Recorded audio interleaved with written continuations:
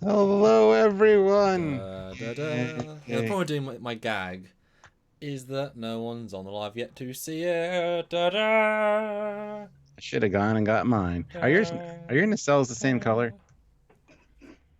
Yes. No? Okay. I think it's the TOS XL version I have. The one nacelle is a Yeah, I got the different orange. standard. I got the XL. Wait, Yeah. did you get both? Or did you get one? What do you mean? Well, this is the standard one. Did you get the Yeah. XL version as well? Oh, wait, do you mean you said 2S one? No, I just got that one. Oh, okay. The TOS one, yeah. Ah, It's got actual two different colored TOS. nacelles on it. Oh, Yes. sorry, I was like, The just. real one, yes. Well, yes. So I finally have it in a physical miniature form, and it's nice. I mean, like the only view problem is the front, but when you don't see it in perspective, you get the three dimensionality of it, and it looks slightly better. Yes. Which is obviously how you'd see it in all walks of life. It's just in perspective eyes. Um, Yes. yeah, it's nice. I mean, it's. Can't yeah. I can't comment. I'm playing my game. I'm just kidding. You have one too. I mean, I know I do. or did you notice though they made a change to the design in the second half of this episode that these bits are Blue. now visible coils? Yeah, through them. They're not Well, like any of the that's previous ones. to be fair, that's the old Enterprise before they got repaired. Mm-hmm. So the new nacelles have the new things, and I don't even know if I didn't even notice if the struts have slits in them on They this episode. do. Pretty sure they do. But we've got that happens right at the start of this episode, so we can quickly go look. Yes, they do. Okay. But as you can Well, see, zooming in, and also the nacelles are slightly different color, I think, as in the basards, I think, are slightly different. The mm, internals are a little bit. But I quite like the addition of the blue coil. I think that's actually quite a mhm, nice touch. It was welcome. mhm, It turns a let's just go in to extra detail. So, mhm. yeah. Um, I just want to, before we get started, Ian Warrender puts in hello. five Sorry. pounds. He was one of the moderators. Just have a great live. I'm not up to date on the episode, so I'm Oh, not no. watching the live. Oh. But you might see me later if Jeff can't handle things. Winky face. That's a jab at Jeff. That's not nice. Jeff does a fantastic job moderating, and Yes.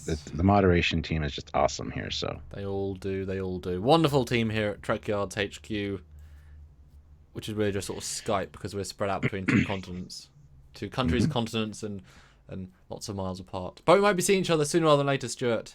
So check out for Indiegogo very soon. Shameless plug. Yes, There you go. it's very true. Mac Lee puts in £5. Thank you. Love your work, guys. Oh, thank you. Thank you. Do you think the Temporal Integrity Commission could become involved next episode? Temporal Integrity Commission. That's an interesting title for it. No. The Department of Temporal Affairs. There's too much stuff to deal with. Don't add more stuff. We can't Yes. introduce anything new. It's too much Yeah. already. Oh god. Yes. And Joseph Petrick puts in €2 Ah. as always. Thank you, Joseph. Finally, guys, my withdrawal symptoms were intense. Yeah, I wish I could post memes on here because I got a meme of David Chappelle with the scratching. Y'all got any more of them Trekyards episodes? You know. Well, you're gonna get quite a few this week. It is fair to say. Yes. Lots to talk It's about, guys. good ones. In the, I mean, I said in our, I said in our video thumbnail thing that this really is the episode of the Enterprise.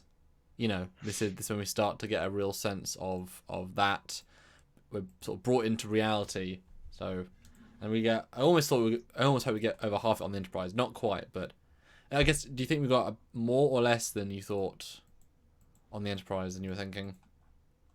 Did we get to see more or less, or Oh, have it? beyond. Oh, Yeah. less, a little bit less. Okay.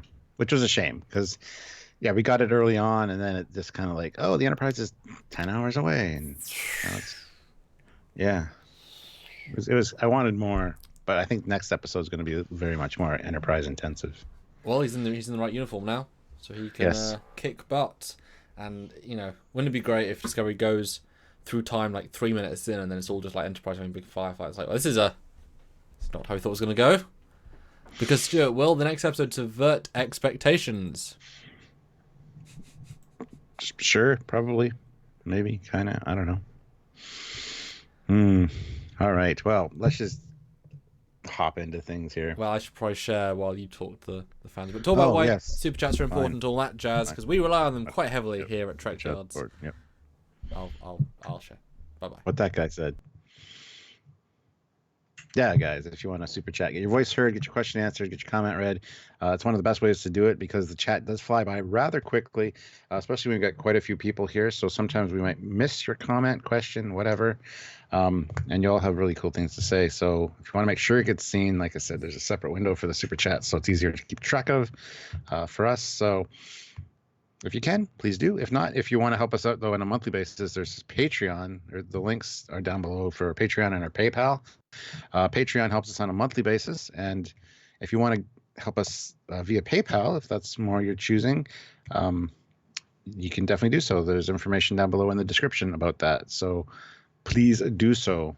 It also doesn't skim 30% off the top like YouTube does.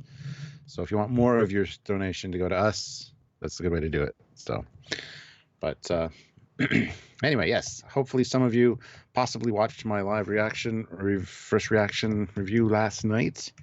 Had quite a good showing last night of people, over 300. So it was really nice to see.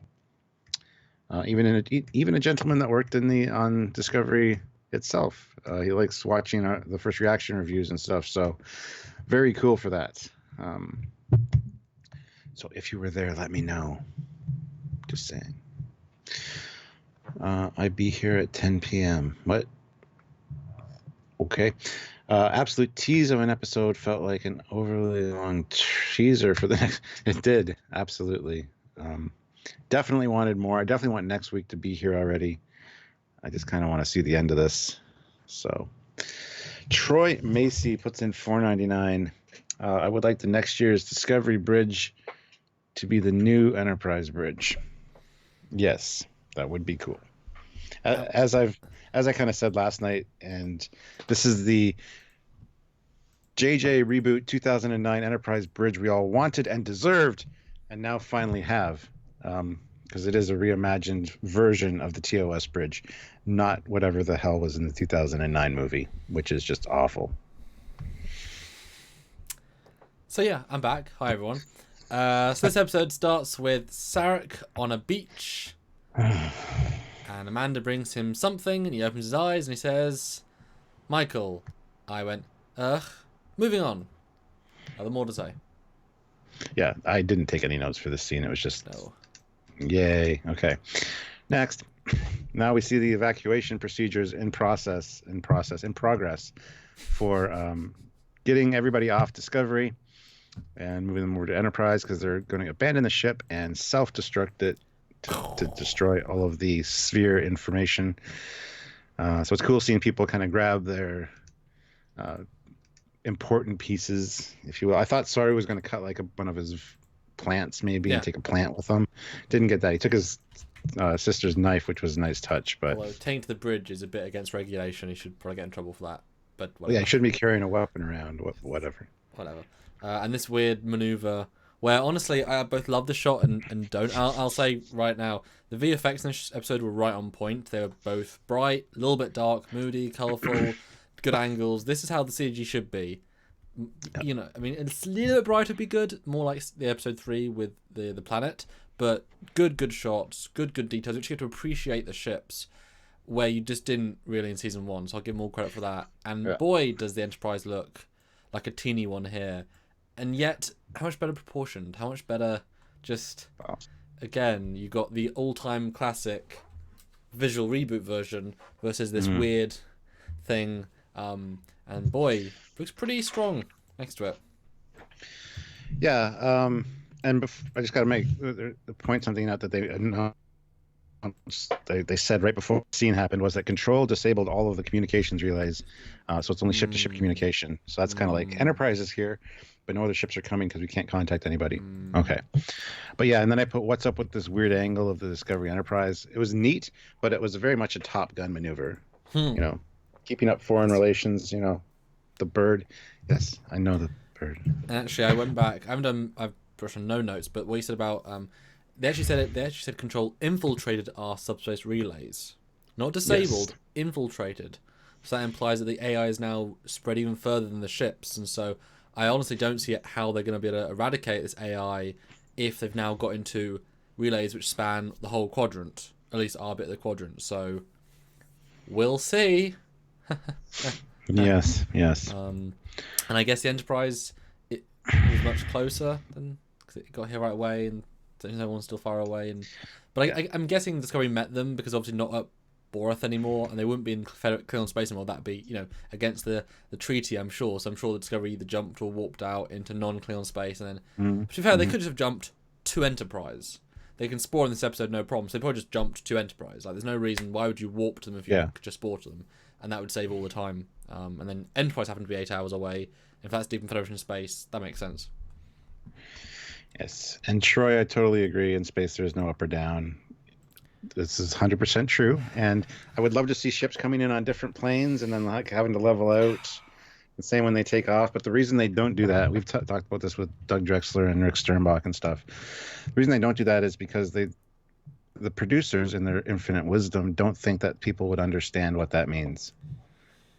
All ships have to be like on an ocean. They all have to be on the same horizontal plane, which is really stupid. They underestimate the intelligence of humans when they say things like that. The problem is I find comments like that totally fine, but by the same token, when you use that argument, you should say, oh, well, there should be no sound in space, so now all your VFX sequences have no sound. Every time you have an explosion, there should be no, as in space, because, well, no, there should be no sound, there should be no nebula. It's unlikely we'll see a nebula in this grand space, and there's no ambient light because you're so far away from stars. It should be very, very black. That's true, I guess. They're all levels of unrealism, so be on the same plane is one of those, like, it's just how you do space shots, and yeah, but I'd like to see more realism. I'd like to see one warp in and kind of have to readjust itself and line up, face off, and then when it leaves, whatever. I thought that's what it was doing. Well, why were they so close? It's like, what the hell? Because it spored in upside down on top of the other ship, and was like, that's just dumb. Like later, you see Discovery and Enterprise drops out of warp, like right beside it. It's like, whoa, chill, guys, relax a little bit. Supercubes puts in 2 pounds. Evacuation bridges are stupid. Why? Just no. Yeah, we're going to talk. We're getting there. What else did I want to say? Oh, the sound in space never bothered me. I just racked that up. So that's what you hear inside the ship. When you hear the TIE fighter like doing its thing in Star Wars, that's the sound that the pilot hears. It's a reverberation from the engines throughout the hull of the ship. Yeah. So yeah, you're hearing it from the outside, but otherwise it'd just be boring as hell. Would just have nothing. So I hate that sound in space argument. Anyway, yes. And you get this internal layout, and I liked seeing the graphics because you get a very clear, obvious sense of scale, which is the first time I've actually seen an internal scale chart of ships like this. It's like, yup, pretty big. Discovery's pretty big. Although it's about the same saucer size, which is kind of that's what NX did to the TOS Colony. Same saucer size, everything else is smaller, equal to smaller feeling ship. Whereas Shinjo's about the same saucer length as everything else, so they're all kind of the same. But if we take as canon what was in the first episode, when it showed the Enterprise length being 287 in the schematics that we see on screen, then that would make Discovery size. Now we can work out their other version size being the same source size. So just a little note there, some internal graphics. And we get the shuttle bays open, always open, very important. Got to keep that door open. And this was a great scene. They're talking about docking, and you see them side by side, and it's like, oh, they're gonna link up the saucers and like the docking hatches like they did in Enterprise. Like that was beautiful, brilliant. Or TNG in the space docks. Yes, yep, and no. Instead, it's time to cue the Acme Wile E. Coyote just out of the crate. Wah wah wah wah wah wah wah wah thing. So the evacuation corridors are deployed, they say, out of panels that don't exist on the ship until they do. And then there's not just one. I could buy one, possibly, maybe 2 at the most, but there's like 4 entirely. And they line up perfectly with wherever there are in Enterprise. It's like, I find this highly dubious. That's true, I hadn't thought about that. So I guess all Federation ships have the exact same arrangement, so you can dock. They must have. Yeah, this scene, honestly, it made me burst out laughing. These things come out, and then it would be fine if they just went, like, just either concertinaed, or just moved. Obviously, limited space in a ship, so just Constantine would be fine. But to have them actually deflip like a comic thing, and then go. I mean, it's a wonderfully clever sci-fi idea, but it's so unbelievably. I mean, not even think this era. This wouldn't even be TNG tech. You know, this is beyond where that can be. And I said in the review, but I actually edited it out, that it's such an unsafe way of doing it because, you know, if the force fields go down, I mean, that is the same thing for shields, but you could just not do that, you know. And I also argued that it'd be quicker just to beam people. There's only about 150 people in the ship, and you're also hauling cargo, so just beam them because you've got like 5 pads, 9 people each. I mean, it's quicker than walking. You know, they would have been better. They would have been better off to do something more realistic and have Discovery back up and do shuttle bay to shuttle bay. I can spy something flipping out to create a corridor, but shuttle bay to shuttle bay. Yeah, or like the lower bits, people could just, like the under bits. Yeah. That'd be cool. Yeah, so that people can just massively like debark that way. That would make more sense than lining these up with, I don't know. It's just and the stupid. It hurts. Hitor, I'm so sorry, man, but Hitor Texrias, hi from Brazil. Hello. But yeah, it's a lovely little, it's a fun sci-fi scene that any other show would be great, but it's laughable in Star Trek. And as you pointed out, the oh wait, hold on.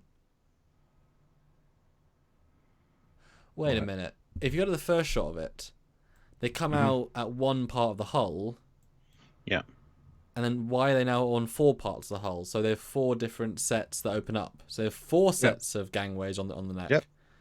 Yeah, which was incredibly stupid, and you can't see any of them anytime ever before. There's no panel lines. There's nothing. They just blend into the hull. We see it actually later. Huh.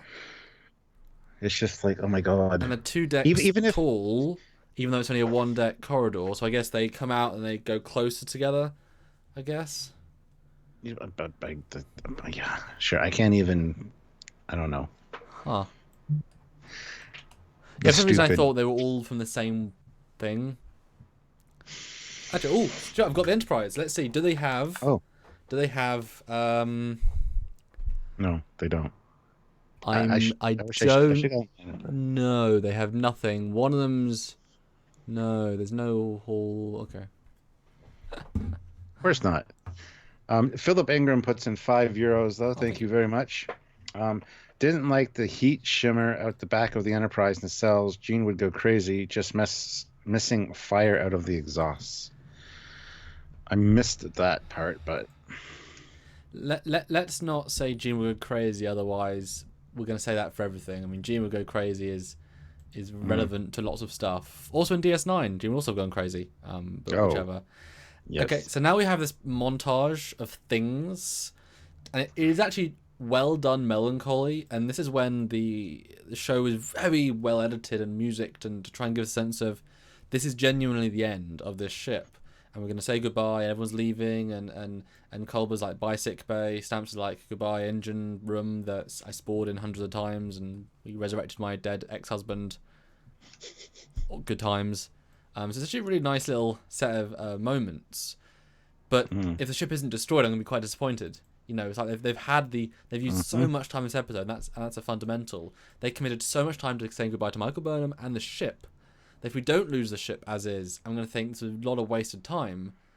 But lucky for you, the ship gets destroyed as planned. So. Oh, sorry, spoilers. Yeah, we haven't got there yet, but we will shortly. So yes, and then Michael Burnham's got the time crystal. And yeah. And Tunushi puts in €2 and says it's not heat shimmer, it's space-time being bent. There you go. Okay. Wonderful. Yes, time crystal, and yeah, we need to leave the ship, man. All right, cool. I'm not going to touch this. Here, I'm going to touch this thing that you told me I probably shouldn't. Now, how did they get it there if you had to touch it to get it there? Did Pike just walk with it? Did he not get another Probably. vision? I mean, I don't know. Either these things are sentient and therefore choose who to give visions to, or they're not, and every time you touch it, you have a time vision, in which case, it's in this scene, I honestly felt like Burnham was just being dumb. She was like, quickly, we'll go. But is she actually thinking, let's get a vision from the future? Like, is that what she's thinking at this moment? Because there's no sense that she like, what do you think? Why is she touching it? Why is she not... She's just...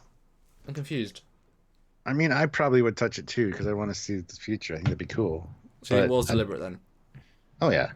Yeah, you could tell by the look on her face. She was waiting for him to leave, and then... I just thought she was being dumb, honestly. I was like, oops, she didn't realise that was what would happen. And then we get the first time... Flash, and we get some visuals I've quickly scrolled through of the missile and of dead people and this is just a sequence we'll see later on. It's just a prequel to that, but it's lots of death and destruction.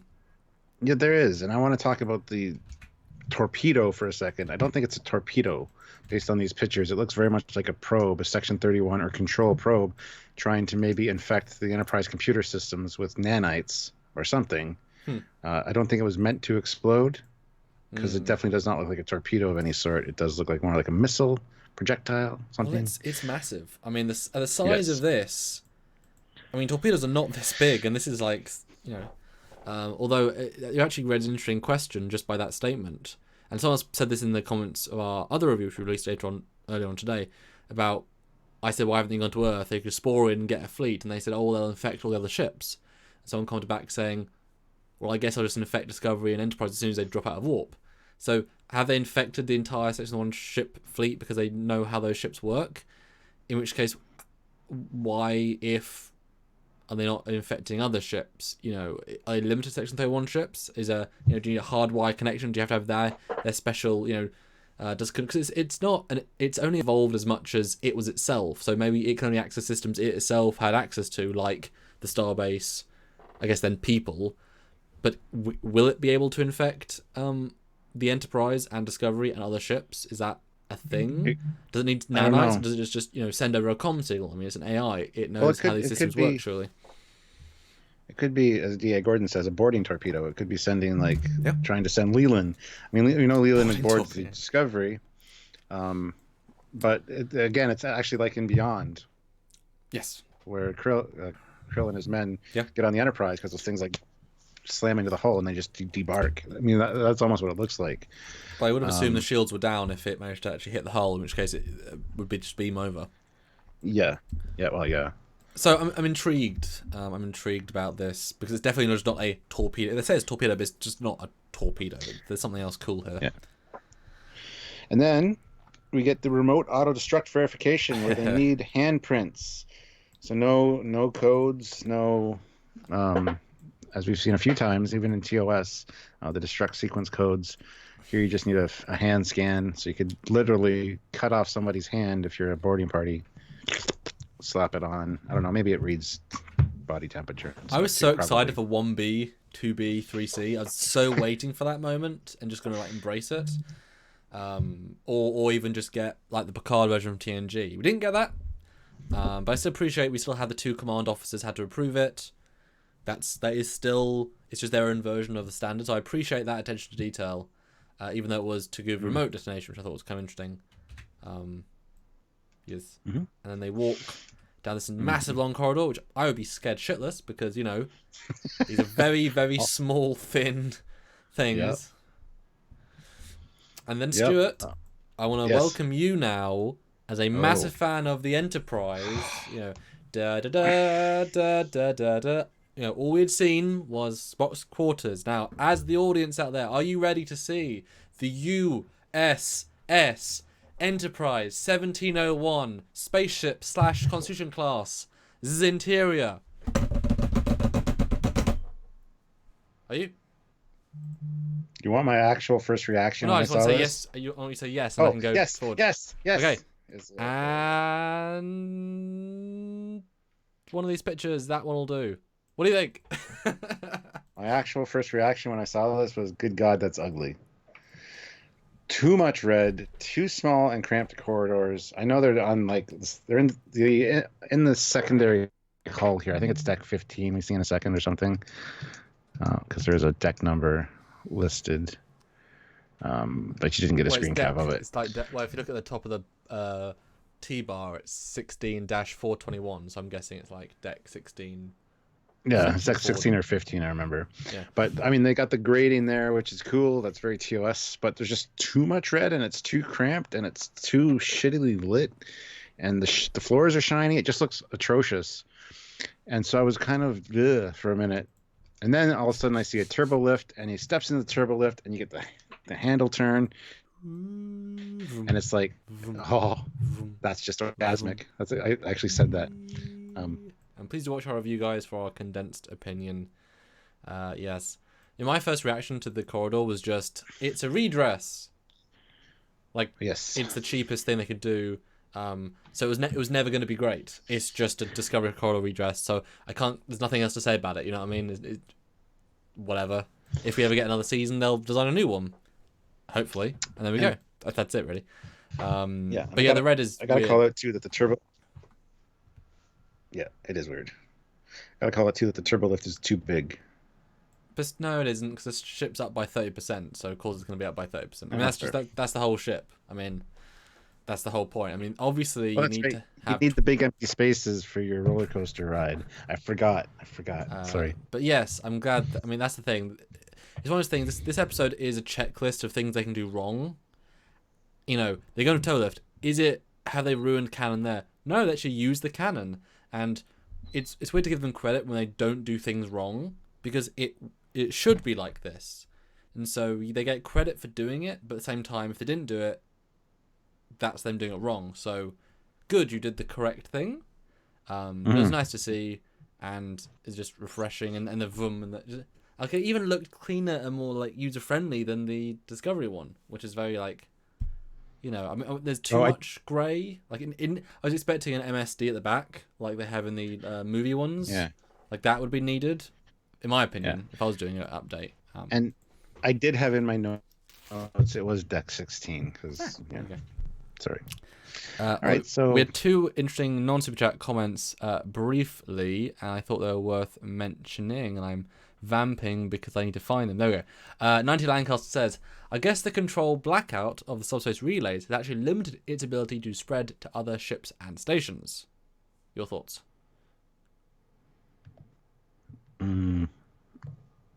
Okay. Well, I think if it's infiltrated them, then it's got access to them, which means it can now spread further, and cause it can just not allow other ships to use them. So I think it's probably the opposite of that. And then Jack Crow says, everyone noticed in Michael's time flash the hand phasers were updated. Yes, they were the Star Trek 3 phasers. The one Leland was using, the Section 31 phaser. Yeah, that's just normal. Those are just the ones that. And Nevin says, "Oh, come on! Look at the corridors of TOS Enterprise. They are red." Yeah, well, we've been on them. They're not that red. There's not red every 2 feet. Let me find everywhere. A picture as to show. And while you're doing that, we also have a super chat we need to address. JJ Shen puts in $5 and says the impulse engines are in the nacelles now? ? From number one's console when Pike orders the Enterprise to a safe distance away. Well, we'll get there in a second. It should be said that in Star Trek Online, the impulse engines are in the struts and the nacelles in a lot of ships, as well as the main ones as well. Okay, so a little side-by-side here of the... and as you can see, the corridors are not red. They are mostly grey with a few bits of red, mostly just the door and some paneling. But no, they are 95% not red. They're actually very under-red. Yes, and it's also, not everything is shiny. Very, very muted and matte colors in the TOS Enterprise. There's some bright colors, but they're not glossy, shiny. Although, as we said in our original trailer breakdown, that the corridor frames are close to cage, so in that respect, they wouldn't be TOS yet. So I appreciate that. But yeah, they're actually even more red than the Star Trek TOS corridors of the Enterprise. Mm-hmm. So they actually tone down the primary colors. Yes. So yeah. But yeah. So my next note is them entering the bridge, and I was epically happy here. There's a nice hallway behind the bridge, which doesn't actually exist. Sorry. Background. Sorry. But the bridge, the turbo lift is offset. Yay! Oh, We were wondering if they were going to do that. Is it? Yes. No, I mean, is that a second turbo lift? Because if you go to the last picture, the most wide, there is another door on the other side in an equal distant place from the other set of consoles. I mean, it can't be because there isn't one in the outer hull. So I'm guessing that's like the briefing room. It's probably a conference room or a ready room. Probably a ready room, to be fair. It's not a turbo lift, that's for sure. Yeah. So yeah, we will do a full video on this bridge. Do you want to give some condensed thoughts as we're looking at this big, wide, close-up, long shot, of the whole bridge? Finally revealed in its full glory. And they set out, before you say, I'll give credit to the shot choice of like, let's go out and actually show the whole bridge. Here you go, beauty shot. I'll give him credit for that. Connection lost. He'll be back in a moment. Da da da da da da da. Da da da da da. There he is.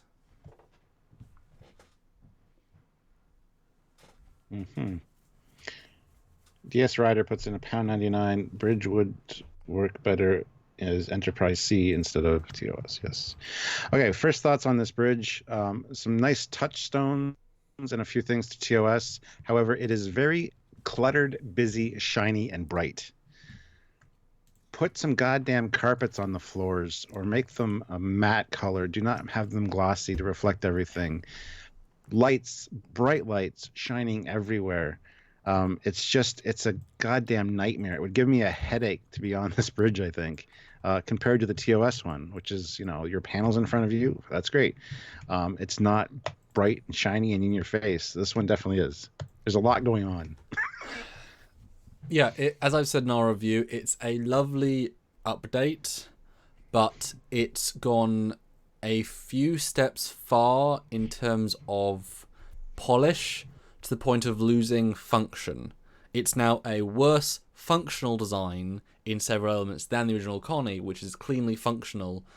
And they did the obvious things of replacing the consoles, like we said. That's the easy thing. They kept the basic design as we said, although it's just bigger, but it actually, in this wide, it feels huge now. It feels far more Discovery sized. And that's the problem with upscaling every ship, is that now to make it make sense, you've got to make it effing huge.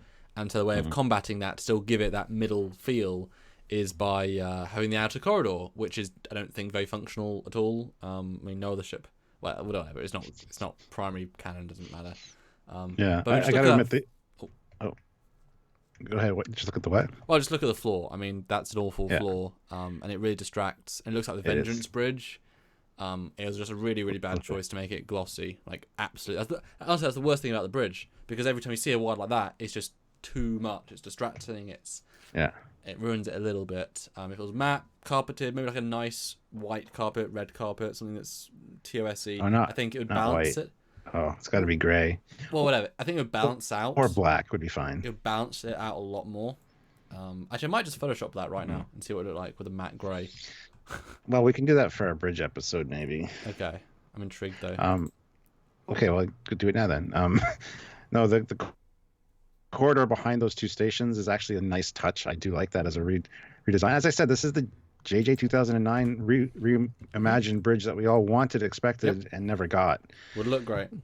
This would have been perfect. I would have been like, yes, that's the way to reimagine a bridge. Yes. Way to go. Still a bit cluttered, but as a reimagining, it's like, oh yeah. Yes. Cool. Yep. It looks like an Enterprise bridge. Joseph Petrick puts in €2. Orange, really? Ew. Yeah. I don't see any orange, but yeah, we'll get to that line. And on last note about the general design is that this is probably as close as we could have got with the Discovery designers, because we know their general aesthetic is we'll change as much as we can, even if we don't need to. And the fact that it looks this similar, either they were given a mandate by somebody to keep it like closer, or they said this is the ship we can't do this to. But I'm sure they wanted to do more. Like this is very a lot for the Discovery people, who the track record's not particularly great at this point. So yay for them for doing what they should be doing. Jonathan Davies puts in £2. Still went squee on the bridge. Yeah, I did too. I was excited to see it. It was like seeing the Enterprise at the end of season 1. It's like, oh, Nice. Yeah, I watched it a couple of times because just the moment. It's funny. Lots of the time in this show, the moment isn't earned. Just the character stuff or the whatever. But the moment of seeing Enterprise Bridge and it coming out, that was an earned moment. We've been waiting for it. The Enterprise has been being built up in a few episodes of cool factor and whatever, and to have Pike go home as well because he hasn't been on for a year. That was a genuine moment, and I thought they played it cinematically perfect, spot on, and just like we got in season 1 with the Enterprise flying down, we got the Enterprise Bridge panning out. So I thought it was right on the money in terms of that. Yep. Dean Prater puts in $5. I like Tron, but I also like Trek, but I like Tron more, the Enterprise Bridge designer. Yeah. And Dreamer out there puts in $2 and says, I like the gooseneck monitor in front of number 1. Yeah. It's not a gooseneck monitor. It is Sulu's little scanner thing that pops out that he looks into. It's at the same station. It's got the hinged arm. It's not a gooseneck. No, but it's great. Just want to point that and did you notice in this picture they have the man at Uhura station with a teeny little earpiece, completely redesigned, so it's not the same looking, but it is there. So yay! Nice. And they say that the section they want ships are now speeding up. So I guess they weren't thinking full warp was ever needed. So now they're coming closer. Yay! And you get. I like these. I know you're less keen, but some of this close with the Enterprise Bridge officer in the full costume, the background's very out of focus. The fact that you've got those red, blue, green, white lights in that upper tier, that is the one element beyond her uniform that says this is Enterprise, TOS, era, period, it being out of focus colour. If you took those away, it just look like another generic bridge in terms of these out of focus shots, which is what they use a lot of. That really helps it pop in terms of this is something of this era. It's the least they could do in terms of that colour palette, and they really should have had their LCARs match in the colour scheme, would have helped a lot as more. But it really helps these out of focus shots like pop, which they just wouldn't do otherwise with like their blues and their greens and their greys and yeah. Well, you say I don't like it, but it's wrong. I do like it, that the color is needed and those patterns are needed. However, I don't think they should be up there. Oh, sorry, that's what I think they've got the console in front of them, which is fine. They got a scoop thing up, which has more displays, which is fine. It should have been in the center of those, kind of in between the flat panel and the upper ones. Dreamer out there puts in $2. The targeting scanner. I still love that it's there. Yes, it is the targeting scanner. But yeah, I know that the out of focus shots with them in the background definitely give that TOS vibe. Absolutely. Someone's I want to do some PG's channel says the best looking set in this series so far. Pretty much agree. Definitely better than Discovery or Shinjo's bridge. Although William Dye says this proves some people will never be satisfied unless it's an exact replica of the 60s bridge. If you think that, you haven't been paying attention.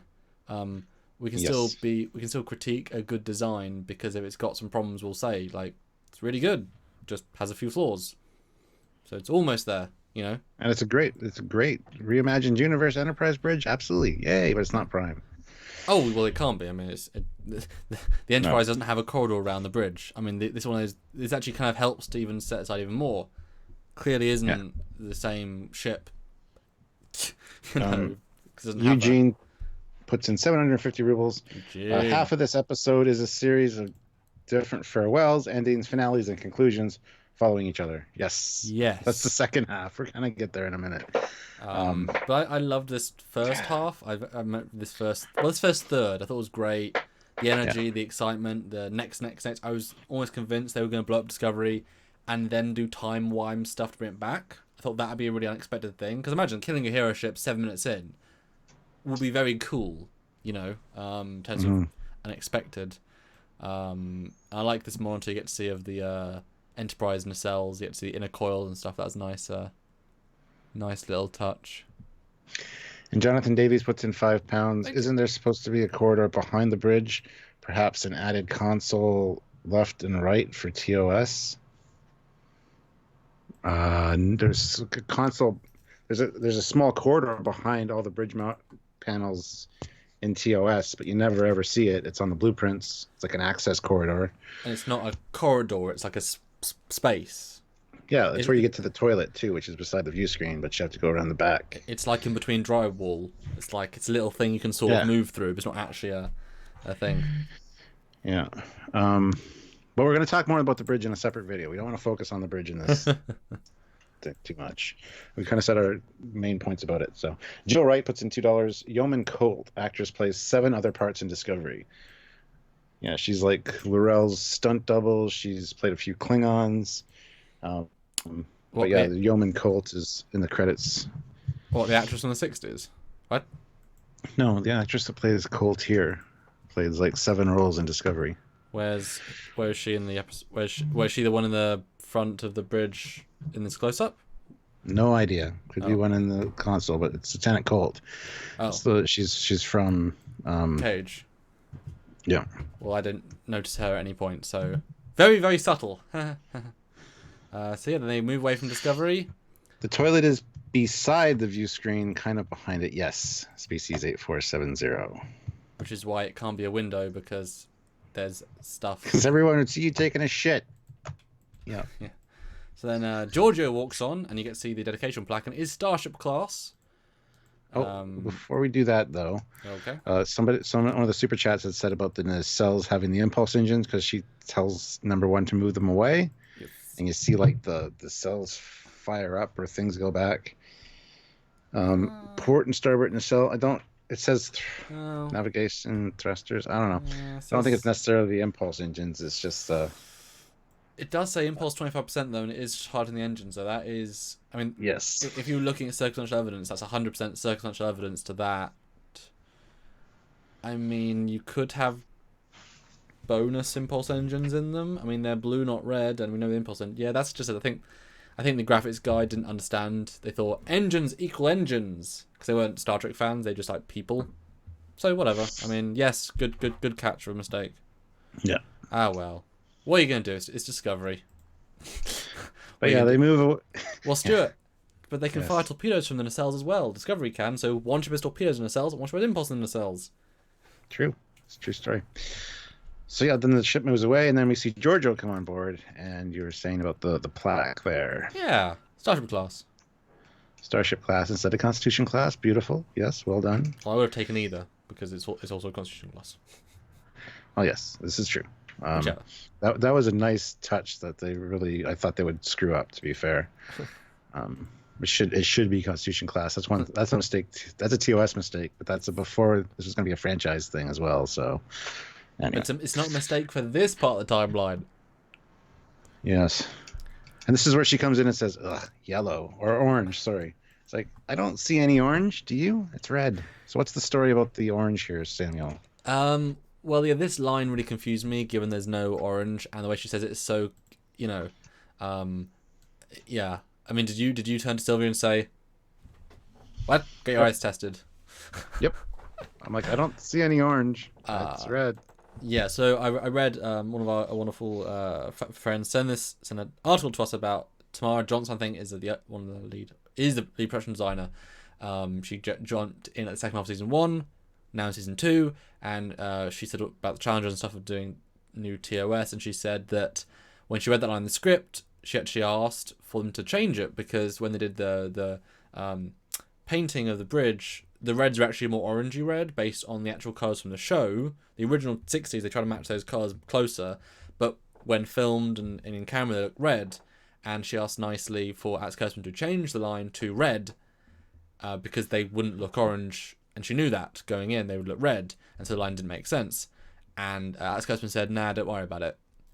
And she's, as a production designer, having watched that clip, she's not overly happy with that. And as a line, it just stands out like a sore thumb of, what? Yeah. What? Oh, yeah, and something else just before Georgiou comes on board that I made notes on. Okay. Number 1 says, yeah, all major systems back online, and we will have no more holographic communications ever. Nice call out there. And yeah, somebody was saying Starship class, ? In the chat there. Yes, the original TOS Constitution class plaque says U.S. Enterprise, Starship class, Earth. And then, of course, later we find out it's Constitution class, so it doesn't make any sense, but Starship class was the original plaque. So, and Joseph Petrick puts in €2. From certain angles, it was orange, and she has bad eyes. It could just be because she's Terran, and you know how they have sensitivity to light. I, They see color in different ranges, so it I looks orange to I her. do know that does always come into play every scene. Like She should be wearing sunglasses on this bridge because damn, it's bright. every time she walks in a room, she's like, "Ooh, the brightness, my Terran eyes." Yup. Nope, never gonna be a thing ever again. Is it, Stuart? Like, never gonna mentioned. No. And now we get some very odd, I thought, kind of revealing conversation between Georgiou and Burnham, where she says, Michael, your log about that guy on the ship, don't remember his name, not very important. The last one where AI controlled him and the nanobots came out of him and came and tried to kill her. She's like, oh, it's so interesting, and she's like, I've never seen that sort of technology before. And so that, she was in Section 31. She's, I'm sure, got a hand in everything. That dialogue tells us that actually Control itself invented the nanobot technology for itself. So while it was on Leland's ship, it was able to, I guess, replicate stuff with its pre-replicated replicators. But that is new technology that Section 31 didn't have before, that it invented, that she's surprised about, and didn't have in her universe either, which is interesting. I thought, like she said, I'm looking forward to dissect it because it's super new. So just a small thing, but like Control invented its own nanobots. So does it have to be sentient to invent its own nanobots, or an AI with with its own intelligence? I thought it's not sentient yet. I thought it was interesting, like, because that was it kind of like stuck out as a sidebar. Back to the episode. But interesting. Yeah. Adam Boots puts in 2 pounds. Being Terran, maybe she meant blood orange. Yeah. Sure. But then anyway, yes, they try to do the remote destruction, and it doesn't work, as I knew it wouldn't. And then they're like, "Oh, torpedoes! All right, cool, torpedoes." And you actually get a good shot of the front of the bridge here from the console. Yes. It's really nice. That's a nice shot, actually. Stuart, but it's got a window. What? Still, they didn't because we are. No, it doesn't. Because we I'm said, ignoring that. because remember, Scott Schneider and John Eves designed that this part is actually special material that would become translucent if need be. Although I don't see how this shape actually connects with the shape we see, but it's very clear just a window, and then in another shot later on you just see hull outside of it, so it doesn't connect with the massive, like, they didn't tell the people inside that. So we'd hoped that they'd have answered that, but no, it's just a massive view screen window, a la everything else. Although I will say at the top it does have a bit, so that was a nice art direction.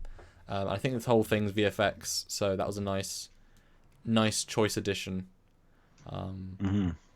Yes, sorry, yes, then torpedo and doesn't work.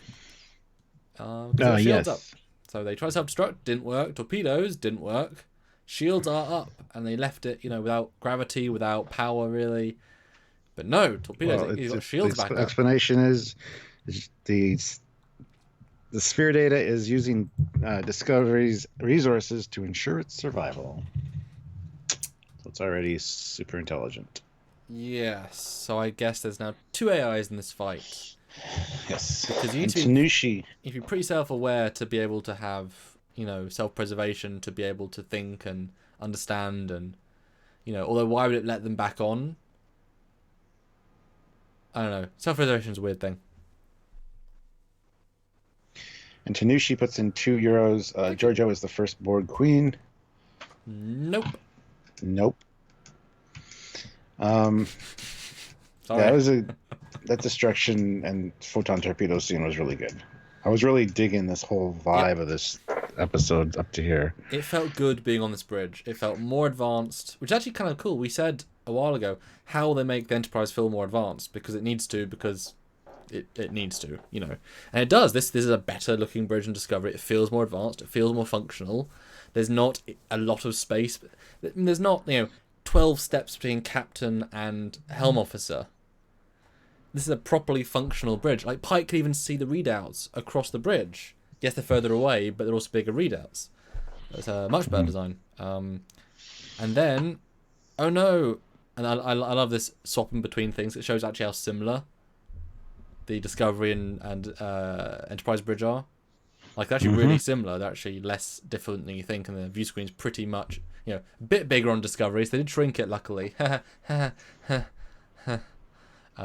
But she has, I guess, residual time crystal energy flash forwards, where the first flash forward wasn't quite enough, so the time crystal decided to give her another flash forward where she actually passes out and sees it all. Do you know why it waited until 10 minutes later to give her another time crystal flash? Do you know why? Nope. Okay. It's Michael Burnham and she's special. Yeah. Okay. And look, look at those rocks, though, Stuart. Before you look at those rocks, look at those beautiful rocks on the bridge. They're important. Yes. Damn those rocks. Sorry. This is a scene every Discovery hater is going to absolutely relish. Everybody gets shot, everybody gets killed, yes. And then Michael Burnham gets lifted up and then shot in the head. So yay! And there are a lot of rocks. And I love styrofoam this rocks. Little detail of not a Washington. What's the other one called? Because I know her name, it's so weird. Detmer. Yeah, you actually see it go through her head. That is actually a very nicely done. Like, that's a subtle detail. That's real quick. This scene is really good. It's very Terminator. Like, it's played so straight, so nonchalant. And I said to you last week that I was sure they were going to do some sort of, we saw the future, crap, we've got to go back and undo it. But they sort of skipped that by showing her the future. But there's only a flash forward, non-consequence flash forward. So they kind of cheated their own formula by having a time prediction, I guess. So I was kind of right, but they kind of jumped the shark a little bit. It's a cool scene. Darth Duck puts in €2. Discovery has unlimited shield power now. Shoot more. You'd think the shields would still go down. I would just keep firing at it, to be honest. Phasers, photons, just destroy that son of a bitch. And when you ask the question, at what point will it shoot back? Because if it's self-preservation also shooting, and surely the Discovery crew would know what are the weak points. Hit here, with 3 photons you'll blow it up. They sort of stopped pretty quickly, and then obviously didn't try again because Burnham had a flash forward, then went back in time herself about a minute before the torpedoes launched, I guess. No, they launched more torpedoes. You sure? Because they play the scene again as if it's a fast forward, and they're kind of like, torpedoes armed, fire. Like, I got the exact impression of they reset the scene by 20 seconds. No, I didn't. Okay, well, one of us is right. During that whole section, Sylvia and I were talking about the Omega-13 device. Yes. What good would 13 seconds do you? Enough to fix one mistake. So we were having that conversation. So maybe I missed it. But when I watched it back, I didn't get that. I thought they fired 4 torpedoes. Okay. So fair enough. And then didn't fire the 5th, I guess, or 5th set. And there's the great close of the Section 1 phaser. I love the boot. I love the framing of this. The end of this scene. It's really nicely done. It's very you can't stop this. It's slow. It's methodical. It's efficient. It got you. I love the framing of this scene. Didn't need music. Didn't action music. It was really nicely framed. And Burnham, when he says goodbye, which I thought was an interesting touch, shoots her in the head. But because this doesn't happen, she saw, I guess, an alternate future, or she saw the future. I mean, if this is the future, has it changed Michael Burnham's mum's future? I have no idea. Because Don't. Lots of alternate timeline stuff in this season. Yeah, I don't know. This is not a future that's set, I don't think. And I saw a lot of discussion talking about the time crystals, and because she touched it, that locked in the future she saw. But yes, I mentioned that earlier. no, I know, not just you. There's other talk about it online. And last night it was brought up in my first reaction review, and I was a firm believer that no, it's when you remove the crystals from the pillar, that's what locks. Whoever does that locks in the future they saw. After that, the time crystal just shows the most likely future, because I think they're going to change it. So who knows? Jonathan Davies puts in £2. Eject the computer core and fire phasers. Yeah, that would be a good solution to this problem. Although it wouldn't let you eject the core. Where are my notes? There we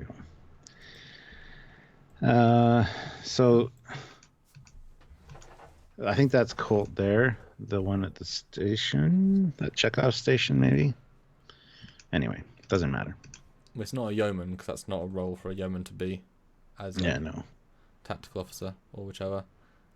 Well, she's a lieutenant though, Lieutenant Colt. Oh, okay. Um, Well, whoever. Someone said. Oh, I guess not some character. it might be. I don't know. I don't know who Colt was, to be fair, but Well, Stuart, though, in this, and we'll do it briefly, a few shots after that, you can see the captain's chair, easy in all of her glory, and I think it's a tremendously faithful version. It's even got hard corners. It's got a circle back. from the front, it's a very faithful reproduction. It's nice. The back of it looks like shit, though. Well, okay. Compared to the original. Let me find if I can. Oh, we've both sat in several. Yeah, it's too round at the back, and also the way the arms slant up. Not a huge fan of that, but it does look very much like the original one. Yeah, the front nice changes. Yeah, but again, it's like they haven't changed it much, therefore praise, because it wasn't broken. You know, it didn't need fixing. It wasn't broken. And Jill's yelling at us saying, "No, Colt is in red." Okay. So I don't know. She's one of the red officers. Did you think that number one got a bit shortchanged in this with her lack of any sort of noteworthy anything? Yeah, maybe she makes up for it in the next episode. I don't know. I mean, there's a battle. I assume so. But that's kind of like, I was expecting her to be, at least in the next meeting, you know? She's second officer, she's been in charge of the refit, just like Decker and Thingy. I know the shit more than you do. Like, it would have been really cool, as we've said many times, to have them come back more refitted, more classical, and her be able to say, or Pike's like, it looks so different. Yes, sir, refit. You know, retrofit, we've enhanced this, this, and this. I thought we were going to have a fight, which is what she says in an earlier scene, that she got some new shuttles with phasers, because she thought they'd have a fight. Would have been cool if they'd done that for the ship as well. Yeah.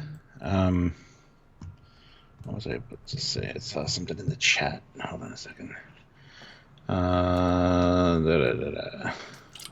While you find it, there's a great shot here of the side thing that Sulu looks in. Perfect. Tremendous upgrade. Beautiful, no problems, looks great. And the astrogators in the middle, which I called out last week. I assumed that the thing between Spock and Sulu and Chekhov down below was probably in the top, and it is. And yeah. It's good. Yep, both like them. Yeah. Mr. Trent 100 says, but didn't the Kling Orc remove the crystal? Yes, but he's one of the time keepers. Time moves differently for them, so they've already locked in their future by getting older. I don't know. Anyway, it's not important. Pike is the one whose future got locked in because he took the crystal. Anyone that takes a crystal from there that's what they said. So. Interesting question as well from Richard Bishop. Number one prepared all the badass shuttles. It would have been nice if she was in command when Enterprise arrived.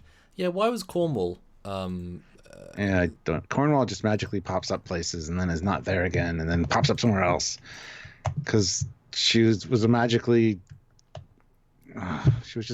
on a Section 31 ship at one point, and then all of a sudden she was on Discovery and had her own office, and then all of a sudden she's on Enterprise. It's like she just gets around a lot. She's almost like a Q. Nobody's noticed. Maybe she is a Q. Because if all Federation communication was down, I guess she was already on Enterprise and happened to be. But then, as an admiral, wouldn't your first concern be, okay, Enterprise, we've heard that Section 31 is doing this thing. I'm going to go warp to a place with ships and call reinforcements. You know, we'll meet you here in 2 hours. You know, it's like she's so unhelpful. You know, I brought Enterprise here. Why? Because it's better than bringing the fleet? I don't know. There's multiple sort of plot holy things. Although I just saw that number one is in the meeting, so yay. And what do you think of this? I guess briefing room. Well, yeah. That's the briefing room. We're gonna have to do an episode on it because there is a briefing room very similar to it in both the Cage and Where No Man Has Gone Before, if I recall correctly. Cool. So, but yeah, I think it's great. I do like the colors. I like the size of it. It's not too big. It's not like taking up a lot of space like all the rooms on Discovery do. This feels, much more appropriate with a starship. Plus, to see the little displays and little pictures around is nice. It's clearly just a redress of the space station interior set. Not a problem. Although it's intriguing, it's actually got windows. It's actually on the edge of the hull. I'm guessing Yeah. I'm guessing that this is on the bridge level because there are windows on the edge. I'm guessing it's just Yeah. It's probably that room off the bridge, Yeah. that other door on the side. I windows. could see them doing that. Yeah. So somebody had suggested, because there was 2 round windows like last night during my first reaction, that there might be 3. So the windows at the front of the saucer, the 3 circles at the front of the saucer. Bit too close together, but I like that. Yeah, a little small too. Yeah. Yeah. But it's a nice room. I'm glad they showed it. Yeah. Although I'm sad they went all to close-ups. You know, it's like show us more cool angles of the TOS room, because just being in the Enterprise was refreshing. Which is weird because it's the same rough aesthetic, just a bit off, but it felt more. I love that Time Crystal's just next to Burnham, just has it in the office like that. This is where we come up with the plan of going to the future and stuff, and then a red signal. And this next scene bothers me because everyone on the bridge decides to walk to the very front of the bridge, right in front of this huge ass view screen, to look at things. They don't. I would want to be back by the captain's chair going, oh yeah, I can see everything now. But no. Well, it does show how inefficient the window is, because in TOS, the captain could read the information from his seat. In Discovery, you have to stand next to the massive window to read it. There's a design flaw because it's so far away. Actually, hold on. We are playing, but...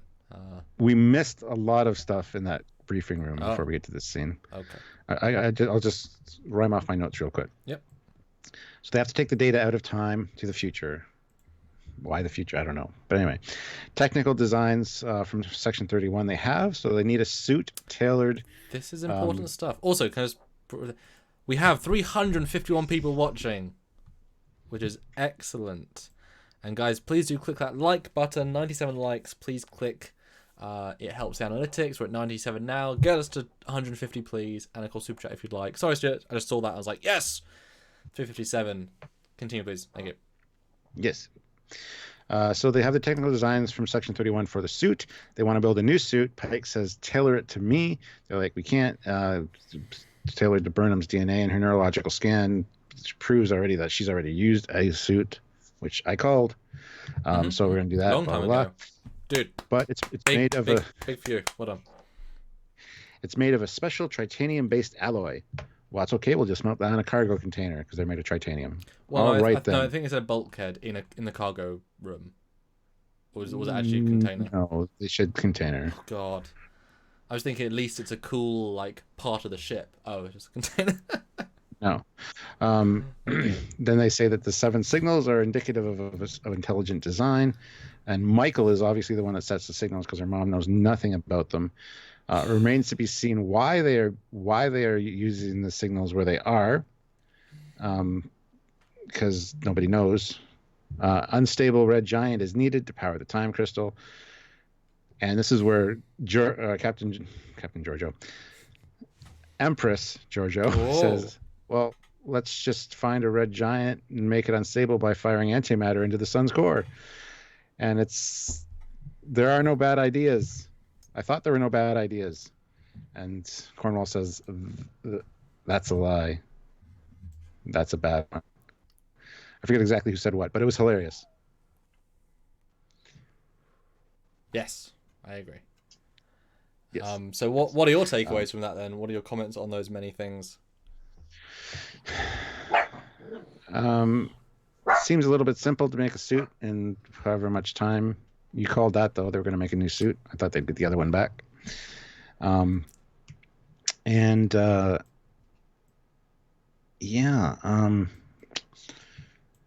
know. It seems like, why go to the future? As I said, why are you putting yourself on the big screen? As I said, visual stuff to look at while you're talking, so that would be fun. As I said too, why go to the future? Because all control has to do is wait it out until it finds Discovery in the future. It could literally go into sleep mode or hibernate or whatever until it realizes that Discovery is there and go get it. It makes more sense to go to the past or use the spore drive to spore to another goddamn galaxy where it's no way that can get in touch with it. But we do a video on this where we talk about these, but Yeah. I'll say about this whole episode, everything is tremendously easy. You know, we need to Yes. build a super secret suit that was built and developed by someone who we have the notes of, and we can rebuild it in less than a day. And they create a sense of it's difficult to build. Nope, build it. We have to power it. Nope, got the crystal. We have to charge it. Nope, not really a problem. And bring the lady on to do it. It's very, very easy. It's very similar to season 1 where we have to get to the end and we're adding those little problems to make it sound like there's issues, but if you solve them in the same sentence or meeting, they're not really problems. I know they're smart people, I know they're doing stuff specifically, but there's no they're not setups and payoffs. It's just the stream of consciousness from plan to completion. You know, by the end of the episode, they have a fully working Red Angel suit. Almost. It took you less than a day to make another full Red Angel suit. Seriously, Stuart. That's it.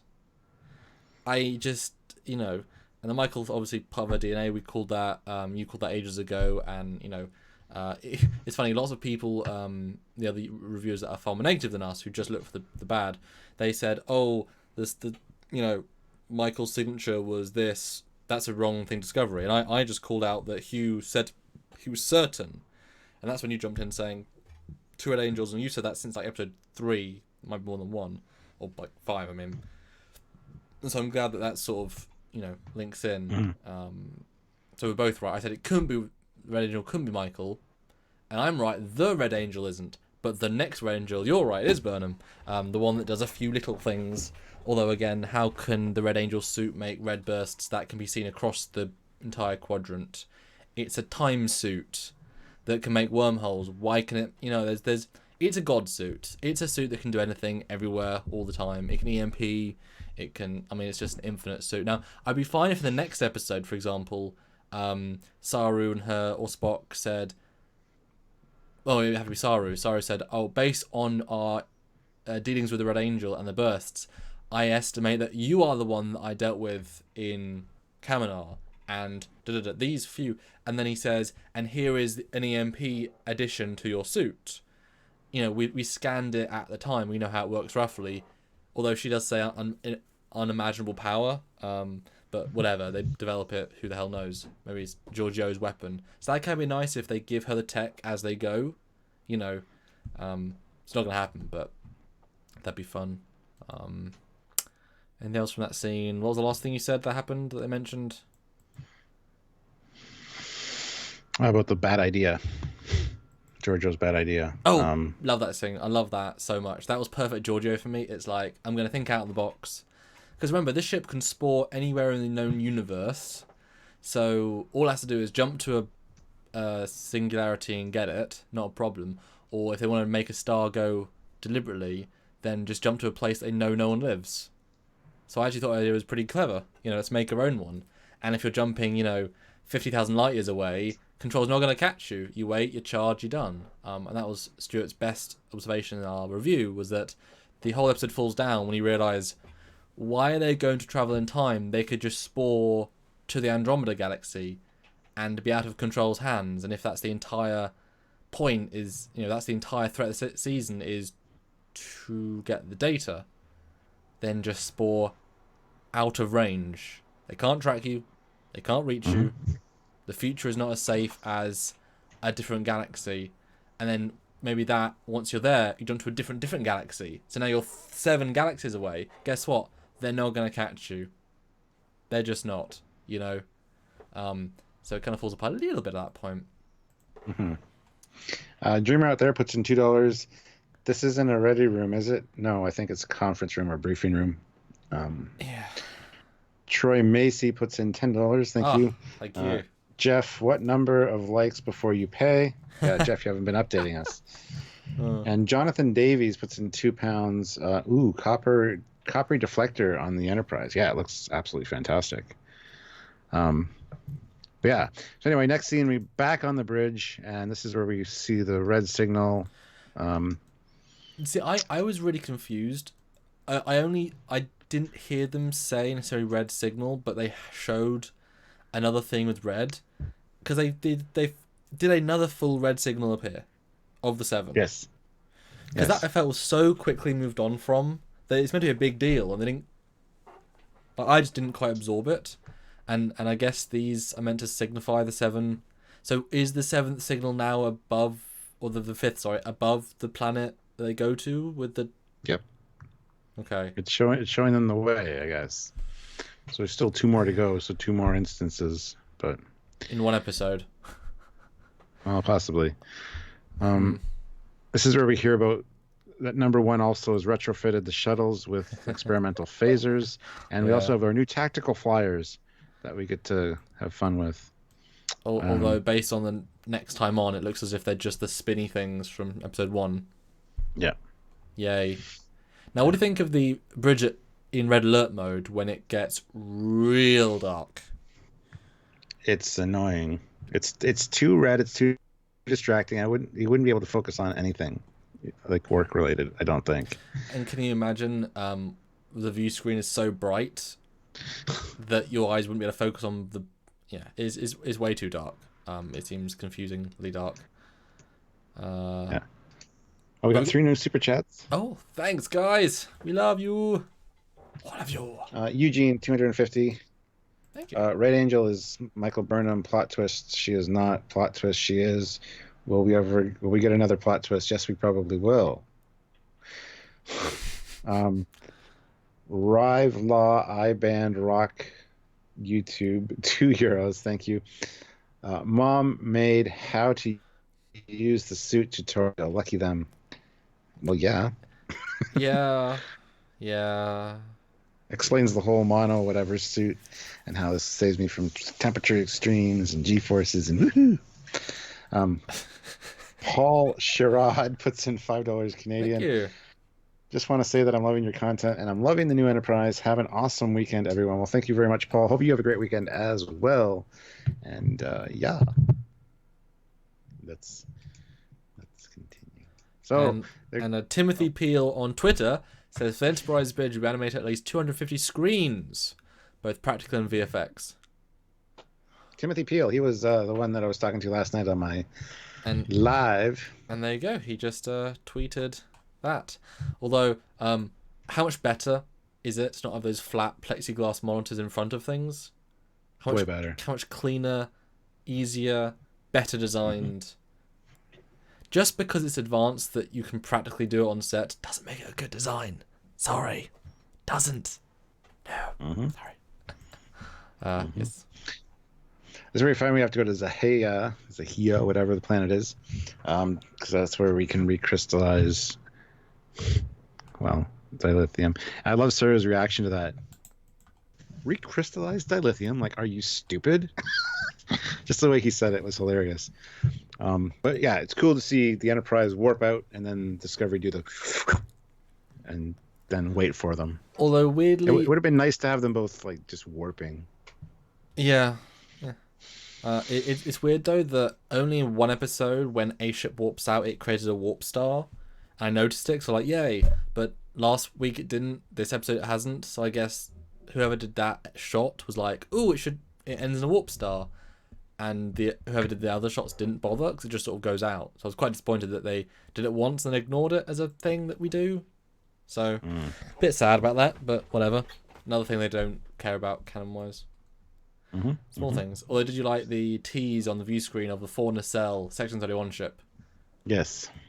Although, if they have the schematics of the secret ships, sorry, they're not secret. It's just an intelligence organization. But they don't know how to defeat them. Like, surely they know their weapons, their armaments, their weaknesses, and surely Section 31 also knows the Enterprise's weaknesses and strengths, and has already worked out a plan to destroy them. You assume. Well, yeah. Knowing your enemies is very, very important. I don't think they have detailed schematics or blueprints. It's just a silhouette of the ship. But why wouldn't they? They have Cornwall who has information, and then you just download them from the just because she's an admiral doesn't mean she has access to it. But they did. Just saying. Remember she brought the codes to the minefield for the flagship, for the base. I mean, she has intimate access. Now this planet used to. Yeah. Well, Section 1 used to be a thing. It's gone now, pretty much.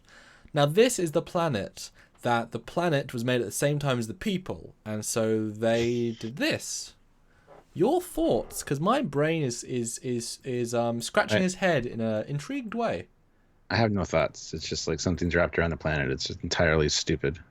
And the whole my sister and my planet bullshit is just stupid. Don't even get me started. That's something different. That was for a Runaway review, which we never did because I hated that short. So we did them all. We did not do Runaway. Trust me, we didn't do Runaway. I'm gonna Google that because. Go right ahead. So I don't know what's going on with the planet. Some kind of nebula. I mean, we did. It was October 7th, 2018. Runaway plus Doctor Who Season 11, Episode 1 review. 3,000 views. Doctor Who? What? Well, I did a review of Runaway. You did. I didn't. And you did one. I never talked about it. And you did one discussing the Discovery short Runaway and everything else you just want to talk about. Streamed October 9th, 2018. You did your review one day later. I didn't review it. I just said it was shit and moved on. Oh, really? I thought we were going to review it together at some point, and we never did. Oh. So we never reviewed it in detail. I just said it was awful, and I was really looking forward to it because I love Tilly. I thought I would really like it, and I hated it. Then moved along and talked about other stuff because I thought we were going to review it separately, and we never did. So we never actually reviewed it. So. Oh, it wasn't good. No. Jeff Jacobs puts in $2. Okay, Troy called me out on it. We'll go again at 225 likes. Oh, that sounds so nice to say. That's so many likes. Yeah, I don't know what's going on with the planet. And 90 Lancaster's like, Sam does reviews? Occasionally. He did a Doctor Who thing. And... I mean, it was test the water, but no one cared, so I didn't do it anymore. Yeah. I mean, we only go with, I just wanted to go live that night. I think we were gonna do live together, and you just couldn't, or something. Like, it was a multiple thing. You went I live couldn't make day. it to that one. I remember that. Yeah. But no one turned up, so I didn't do more. Yeah. That's worth doing. But I quite like this planet look. I think it looks kind of cool. I mean, how do you? At least they made it look different. The planet makes no sense, but it looks cool. Give them credit for the art design. And Tilly's all happy though. Maybe everybody on the planet has just severe flatulence, and it's just it's fart cloud.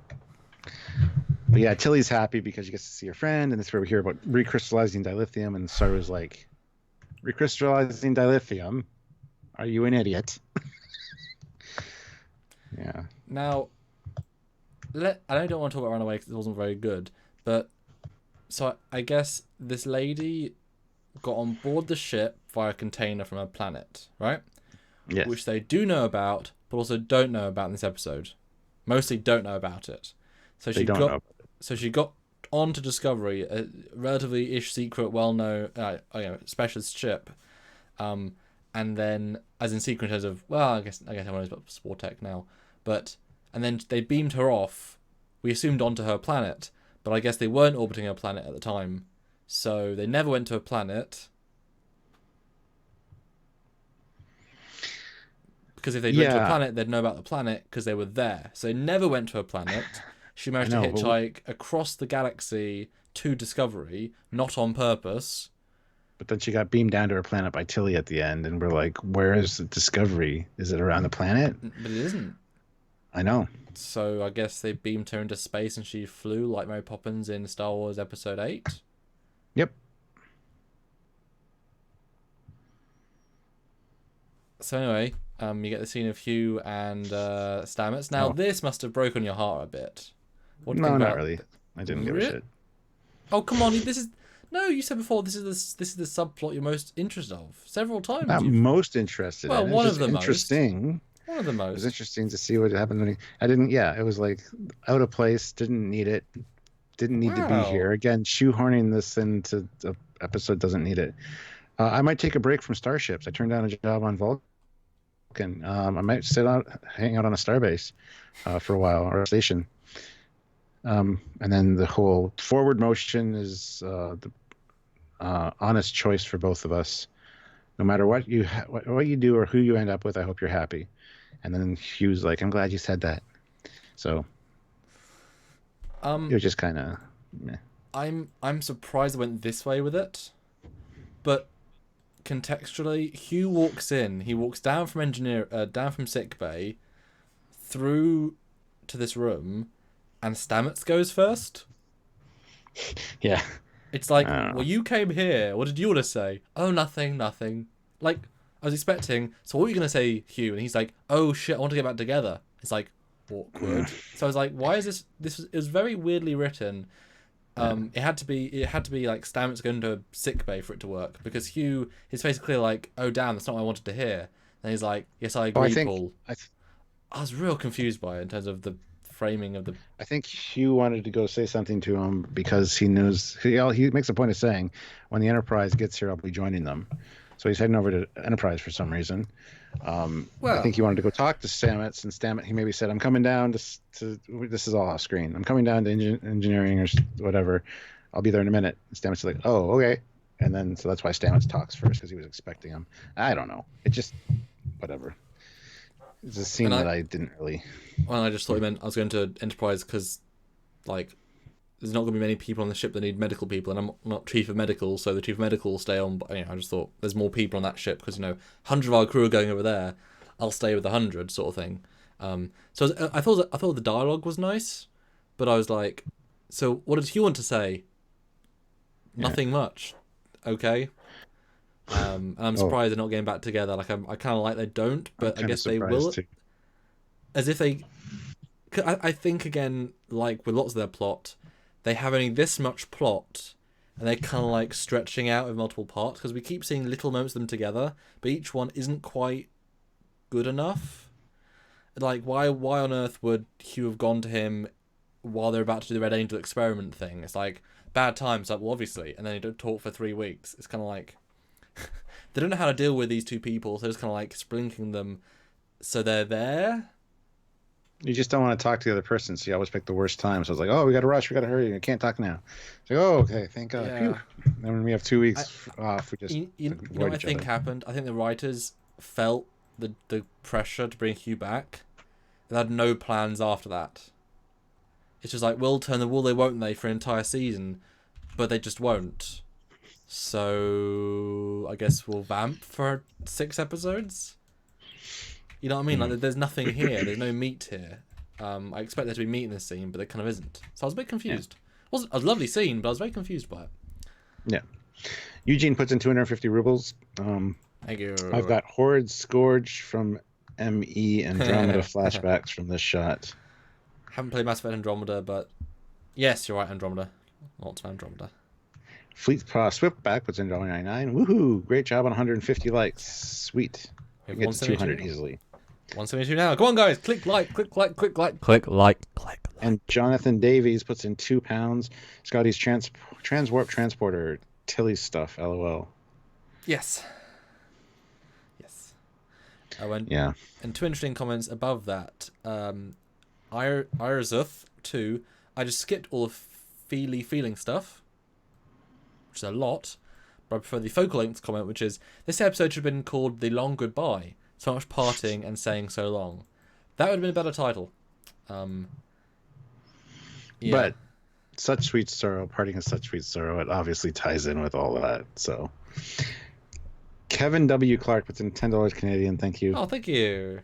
Talking about set design, did you guys know about the torn cardboard set in TOS? I think it was in the man trap where Kirk and Spock get thrown into the wall. Nimoy breaks the set. LOL. Yes. It wasn't cardboard. It's not cardboard. But whatever. Yes. And yeah, I'm not even going to get into that. It's a discussion I had earlier today with somebody else about the cheap looking TOS sets. But anyway. Expensive for the time. Ish. Yeah, it was the most expensive show on television at the time, and it also had award-winning effects. So it was a cheap show. And such good designs that inspired a lot of our modern technology, and also military usage of designs of ships and stuff. So, Yeah. Ensign Ricky puts in $2. Sup, everyone? I thought it was a decent episode. It was. Welcome, Ensign Ricky. Just don't go on any away missions. It was a decent episode. And Arctic Blue, because I know you're a dog person. Hey, can you guys give my dog a shout out? He's looking at the TV where I'm watching and chatting on the phone. His name is Leon. Just wanted to see if this reacts. If Hello, he reacts. Leon. Leon, who's a good boy? Who's a good boy, Leon? Does Leon want a treat? Leon want to go outside, go for a walk? Walk, squirrel, squirrel, squirrel, Squirrel? squirrel. Squirrel? Go, Oh, go. that's freaking my dog's out now. See? Hopefully your dog's not like barking at the TV now. Oh, this is funny. Another one. Minkick2. Stamets. I want to get away from ships now. Cut 20 minutes later. I'm going to go 1,000 years in the future and strand myself on a ship. Yeah. Yeah. Well, we'll get to that when we get to that. But yeah, we've talked about that ad nauseum today. Not in this, obviously, though. No. Not in this. But anyway, let's move on. Beams aboard, and it's cute. It's the comic relief. It's the only light-hearted. It's fun. It's friendly. Although you wonder, did she not do a mission report? I guess not. How did no one know? They're so oblivious, and it's like she was on your ship. She did all these things. You beamed her back onto her planet. I was just like, no, Tilly did all this stuff, not reported, even though she was in the command training program, which means she should be kicked out because she put her ship at risk. But that's another story. But without that, she wouldn't have got this recrystallization. Yes. But I thought she was good as an actress, although she kind of played the bratty teen, do whatever I want role a little bit too hard. It's kind of the because I'm queen I can. And it's like, yeah, calm down. You're like most wanted the Federation. You were like all these things, and he was like, It's like, okay, calm down. I'm a queen. I'm a genius. I'm putting everybody in their place. You need me, so you can do whatever I want. Yeah, it was kind of annoying. Although I did like so here we have the plan. putting down Georgiou though, because that was like Georgiou's so negative and she's so positive, it equaled them out well. I thought they were a good bounce. Everyone else is a bit. Yeah. So here we have the plan that they want to travel. She reiterates. So you want to create a suit, travel through time with the ship in tow, then cut it loose and come back. I can do this. I can combine it with dark energy because you have the dark matter, and we can re-dilithize things and do the dark matter recharge of the time crystal. Yeah. Blah blah blah. With the spore drive, because we can't do it with our normal matter antimatter. We can't do it with the dark matter enough. We have to put it through the mycelial power of the spore drive. But it turns that off, and it'll take at least like 12 hours to come back online, which I thought was one of the best bits because it took that out of the equation. It took the god tech out of the equation. Because that's really important tech. And Keith Jeffries, 1974, puts in £5. Brilliant episode. Great nods to TOS. Discovery must be Prime Universe as the bridge is made of rocks. LOL. Yes. Although it can't be Prime Timeline because the bridge has a corridor around it. So you give a thing, you take it. Not that bridge. That bridge isn't made of rocks. He's talking about Discovery. I wouldn't necessarily say brilliant. Pretty darn good. Yeah. Like up there, but not say brilliant. No, and this is really good because this is where we find that it'll work, but it's like getting a drink from a waterfall. You're going to drown. You're going to burn out the crystal. Good analogy. So you can go to the future, but you can't come back. And that's where Michael's like, oh, well, I'll go sacrifice myself and take Discovery to the future and stay there and maybe be with my mama. Because she's on Dilithium. She actually mentioned, she says Dilithium, does she actually mention I'll see my mum again? Because she says my mom is tethered to Dilithium, so maybe hopefully chances are good I'll end up there. So hopefully, I think that implies that she'll be with her mother and not be lonely. Because that's what I assumed. The way it's framed, it's like I'll be there alone. But it's like, well, if you really manage this all right, you'll be with your mum. Like I assumed that would be a big part of the dialogue. But there's a possibility where she's going to be in just empty space and she's not going to be able to find her mom. I don't know. I know the whole thing's very. I'm hoping the suit works. Hoping the time crystal works. Hoping I can pilot the suit. Hoping, you know what I mean, all these things. But it would have been nice if she'd said, "Guys, it's okay. I'm going to see my mum again." You know. It's nice. I was waiting for that. I think they're not going to do anything like they planned next week, so therefore that wouldn't have been an important plot point, I guess. I don't know. Yeah. Daniel Hens puts in 5. I forget what those are, but thank you. So every short trek has a tie-in with season 2 except Escape Artist. Yeah, maybe there's going to be some kind of tie-in with Escape Artist in the last episode. Who knows? Who cares? Yeah. Kevin W. Clark, $5 Canadian. Hi, Kevin. I don't care if the sets take some liberties as long as the show is good, which TOS is. Yes, absolutely. Yeah, well written. Yeah. And also, the dog guy did respond back. Oh. He said, "Oh my god!" He reacted, raised his head and tilted it, and then looked at me like, "What? The TV? They're talking to me?" Thanks a lot, guys. No problem, man. You're welcome, Leon and Leon's master. Anything for the little poochies. Hello, Leon. I love you, Leon. Come here, Leon. Leon. Sorry. You want to see my dogs? Yeah, you do. 90 Lancaster. Only the suit alloy protects her. Since she was sucked through the time hole without it, she should be dead. Yes, but Michael Burnham's mum isn't. Oh my goodness. Precious. Michael Burnham should It's Dot. This is not Precious. Oh, sorry, Dot. This is Dot. Dummy.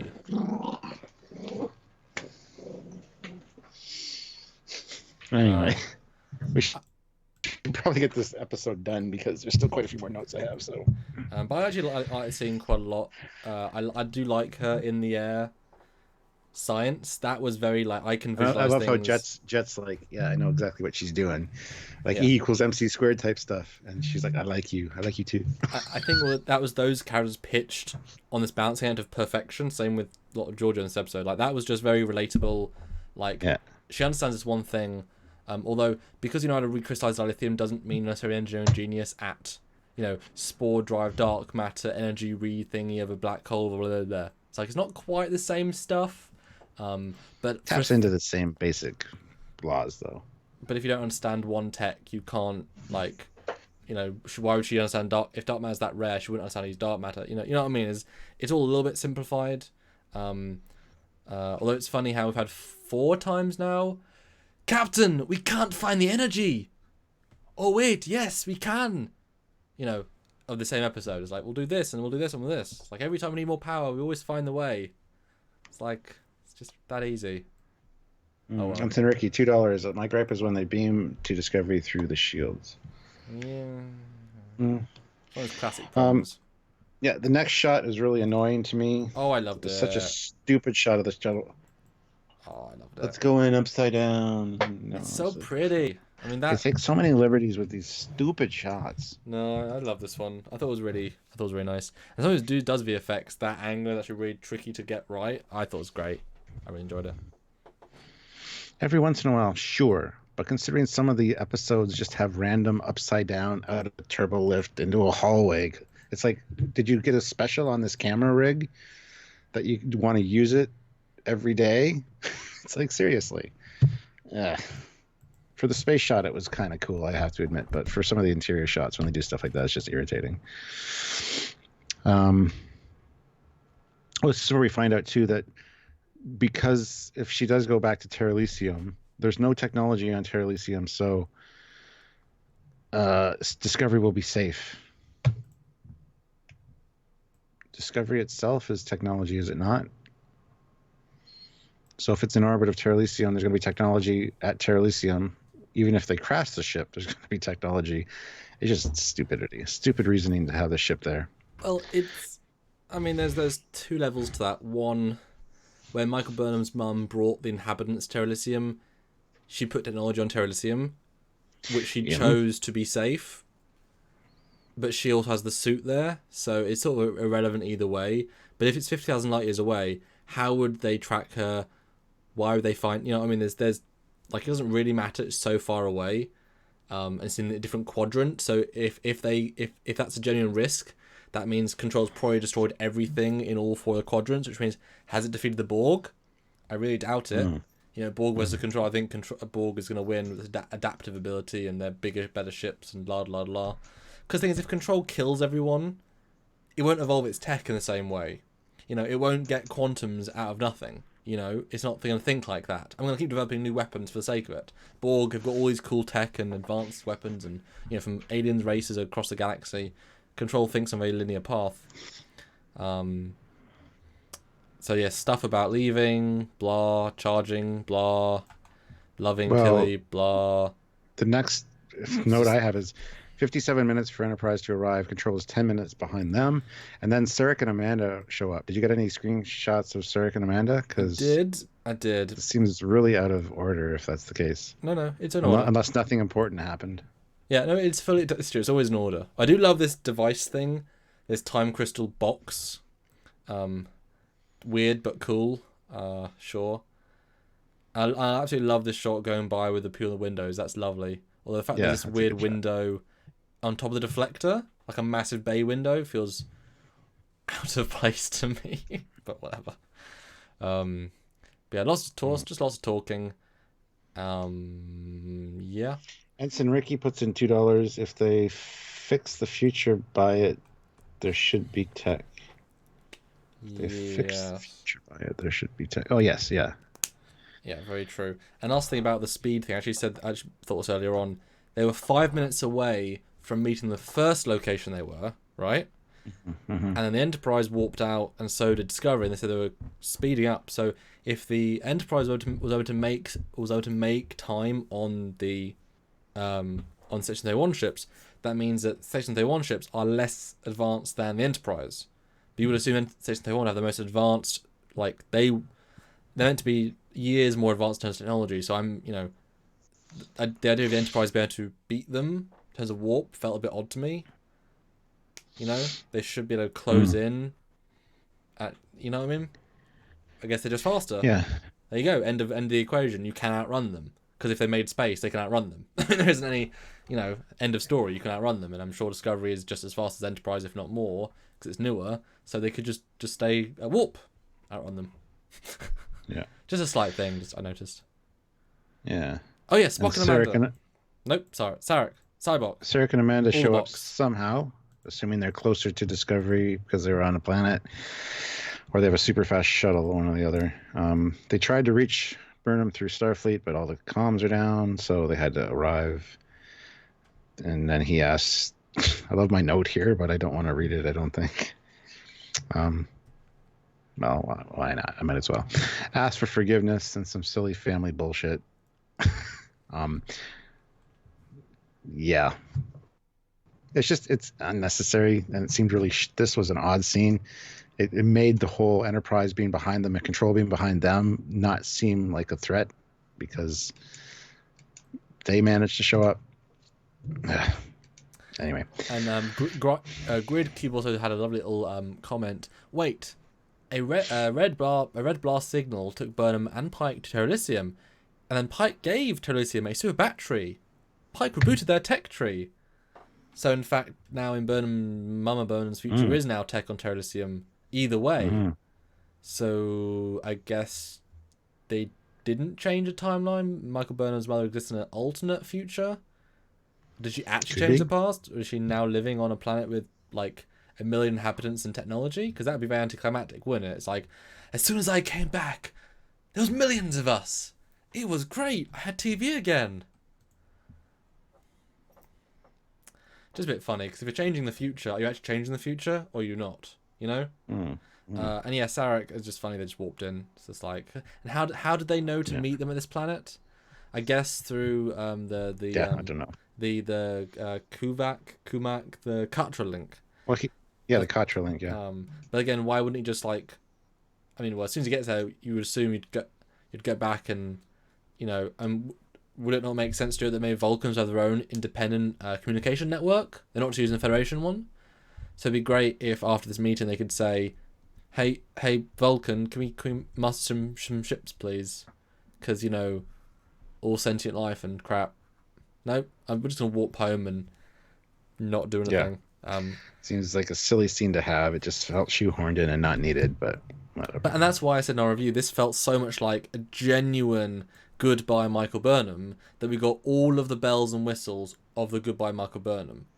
Unless something happens, they wasted so much time in this episode saying goodbye. You don't need to bring her parents in, or other parents. Like, that's so much time. Like, it's lovely, but if she's fine, then better things to do with your time. Jonathan Davies puts in £5. Perhaps Discovery is outside the galactic barrier in the future. I mean, maybe, sure. Sure. We know that Dilithium is quite far away. It's like 80 years or something at top warp. Something stupid. And Manic says they changed their future, not Mama Burnham's. So what Mama Burnham has her own alternate future. She's going back into a new alternate past. but that means she's in means alternate timelines. So then why wouldn't she travel into her own past, not the past of? Doesn't work. Like they're using both theories again. Doesn't quite work. And Stuart, if her suit is destroyed, we can assume that her suit has temporal shielding, because otherwise that'd be odd not to. So if her suit was damaged, the bit that gave it time travel, does that mean as soon as she went back, any timeline change will erase her from history because she no longer can exist if the timeline is changing? If she hasn't got the power of her shielding, I guess she's no longer in the timeline. I mean, could be. Eugene, 500 rubles. Why would you need a spore drive if half of the characters graduated from GOT's left finger's school of teleportation? What does that even mean? Have you seen Game of Thrones? No. Then you won't get it. But it's a good joke. It's a good joke. Thank you, Eugene. Yeah.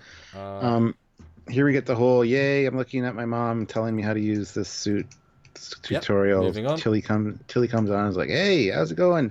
You weren't there so I could cry and blubber when you said you were leaving, but hey, guess what? We're all staying with you. Bullshit. All I'm gonna say about the scene is I don't buy any of it. I don't buy Saru, who will never see his sister again, who just rebooted his entire people, never be able to support them. I don't buy Tilly, who wants to be a captain. I don't buy Jitrino, who has a career, just got saved. I don't buy the alien guy, who we never know anything about. I don't buy Stamets, who wants to have a career off a ship. No, I don't buy Spock at all. So I completely felt flat this scene. It lost all stakes, because if it's just Michael Burnham going to the future, anything can happen. If it's his crew, no. Spock has to be okay, this, and this. Nope, this scene is what lost it for me. Didn't ruin the episode for me, but this became fantasy, you know? None of the character relationships made any sense here, and it just, nope. Yeah. At the end of the scene, we find out that the crystal isn't charging as fast as it should be. And then it's like, oh, the Tyler Burnham moment. Yeah, you're not going. Someone has to stay here and stay in the gray areas, make sure Section 31, blah, blah, blah, blah, blah. I liked that scene. I thought it was nice that he's staying. He just stood up. I did too. And I think he might be the new leader of Section 31 at the end of all this, because they kind of established a few episodes ago that he's, when you're wearing that badge, you're making a statement about who you are. And he's like, well, they're trying to do good. I'm trying to make sure they do good. So yeah, that would work fine. Of all the characters, he's actually lived in two worlds, lived in the shadows, lived in deceit, he's lived this life. He also understands the galactic politics more. But the fact is, we can assume at least 90% of Section 31 is gone. Field agents are fine, but all of their shipboard crew, and given it's not a secret, there aren't any secret agents. It's just intelligence people. So most people on the ship or the space station, maybe 70% are dead. And if they only had 30, well, maybe 40 ships if you include the other percentage, it's not going to be like 1 million officers, is it? Section 31. It's going to be, hundreds or thousands, given the implication. I guess thousands with the ships, or tens of thousands maybe. But yeah, I like the scene just fine. Kisses him just fine. Whatever. Then everyone says goodbye. I thought it was fine, but the best bit was that it was the same room. They cut 3 different times, and that was great. That was really good camera work. Grid Cube makes a good point. Jet Reno appears in every episode where there's a red signal. If there's no red signal, she's not there in the episode. I think that's Signal. The Crystal and Jet Reno go together. That's interesting. We'd have to go back and watch that and see if that's legit. But damn. So here everybody's leaving messages to their family, blah, blah, blah, yay, goodbyes. It would work if we cared about these characters, but we don't. Yeah. Like, it's fine, but it's like anybody. It could be random people. We don't quite... I mean, Stamets is nice, but we don't care about Stamets, so... Yeah, and Tilly to her mom, because we got the little bit in the short there. Yeah.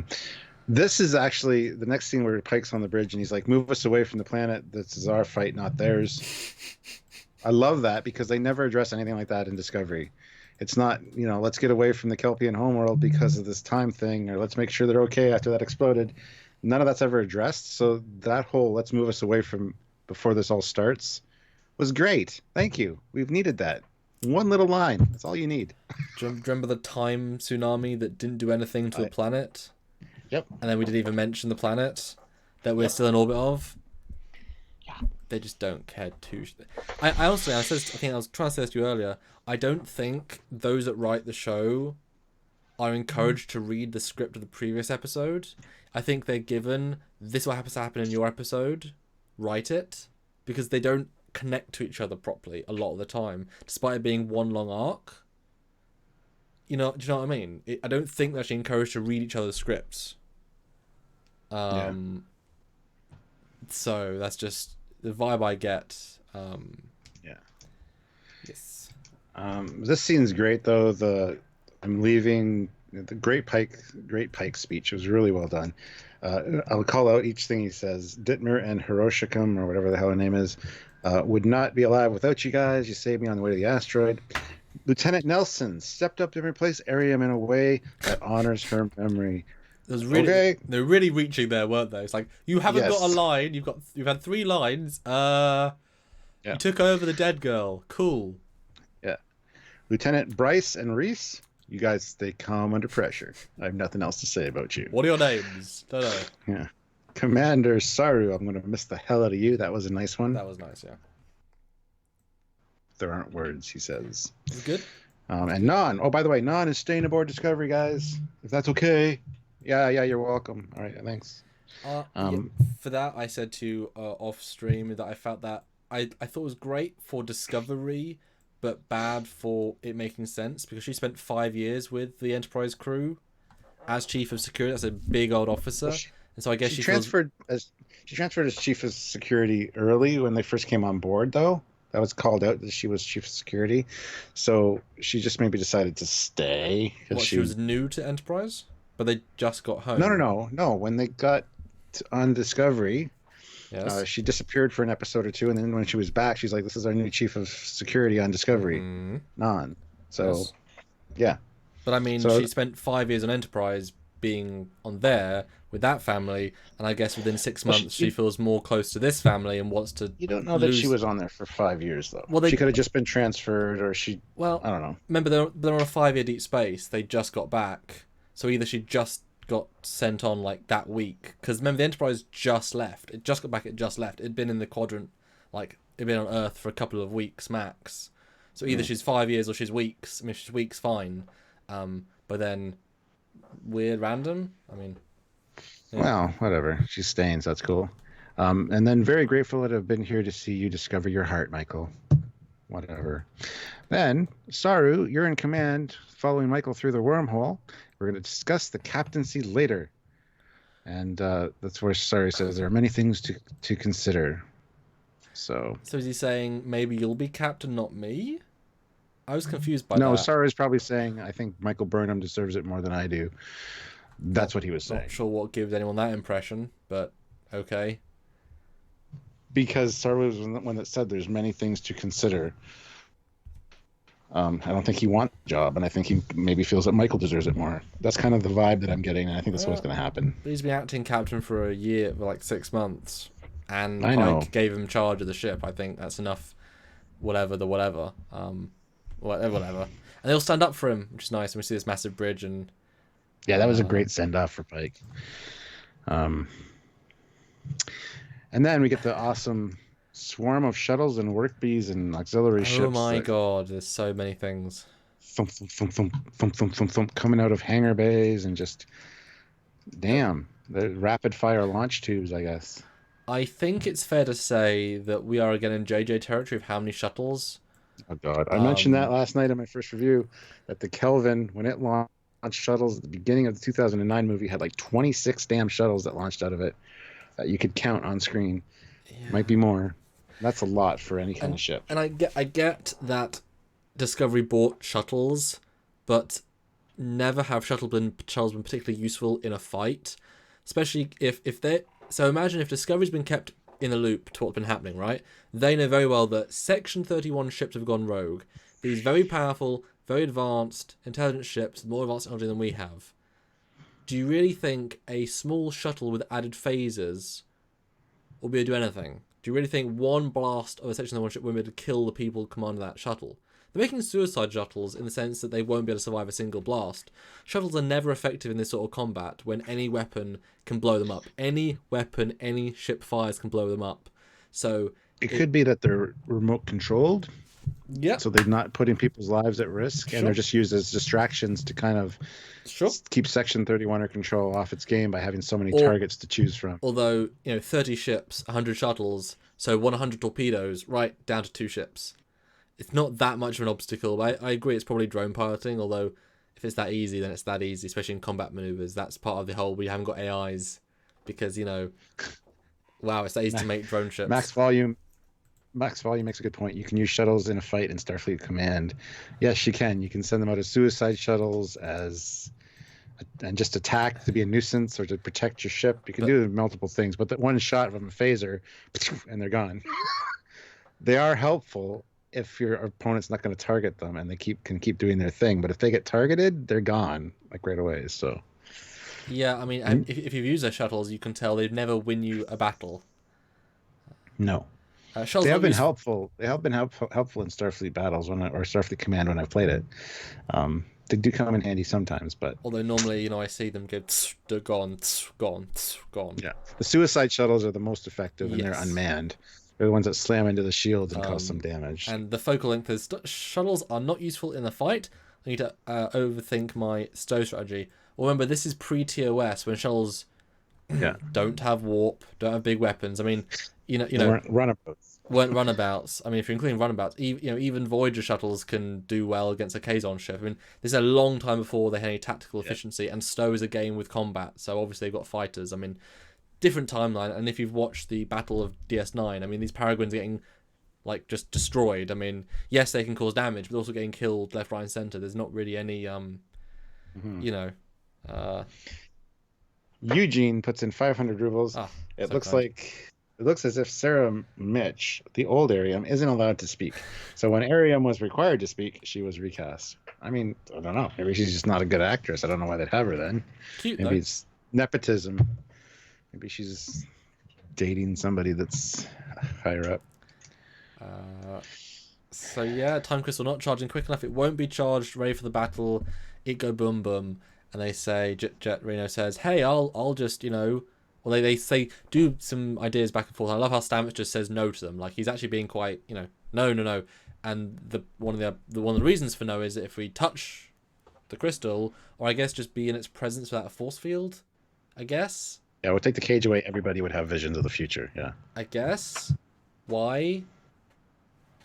Does that mean that Michael Burnham's mum had visions of the future at any point? Yeah, so Michael's mum must have had visions of the future then. If she touched time crystal, if she was using a time, I mean, she didn't touch it. Obviously, in the episode, she used a hollow thing. But if it, I'm sure it must have had some visions at some point. Who cares, Stuart? They don't think about it. Who cares? They're just inventing it as they go.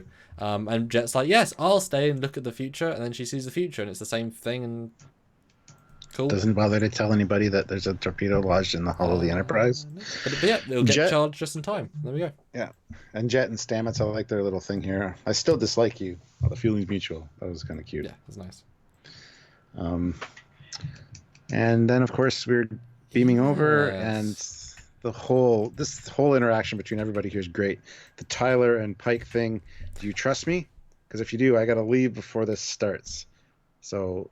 Yes. Tyler is going to probably call in some reinforcements, some Klingon reinforcements. That'd be cool. Then there's the weird... By the way, I'm a Terran from the Mirror Universe. From your Mirror Universe. And Pike's like, what's the Mirror Universe? Like, he knew all along kind of thing. When he first met her, though, he thought it was Captain Georgiou that he went to school with. And he did read the dossier on the whole Lorca thing, so he assumes that he knows about the Mirror Universe. It was nice, that last little wink. That was great. Ken Courtwright says refined versus unrefined. Maybe a refined doesn't have those side effects. Yes, thank you for re-pointing that out. I pointed out that it's why even mention it's unrefined if that's not going to be a plot point. Although, how would you refine a time crystal when you don't even know they exist, and then you know they exist, and you have to find them for the first time? And Blah, blah, blah, blah. But I love that. It's a really great way of saying it. That this is the. They should have mentioned that though. It's like, but an unrefined time crystal, we know all of a sudden does all these cool things. It's like, what? But then when you just keep like one little piece of the crystal, so you can have visions if you want them, because that's quite useful.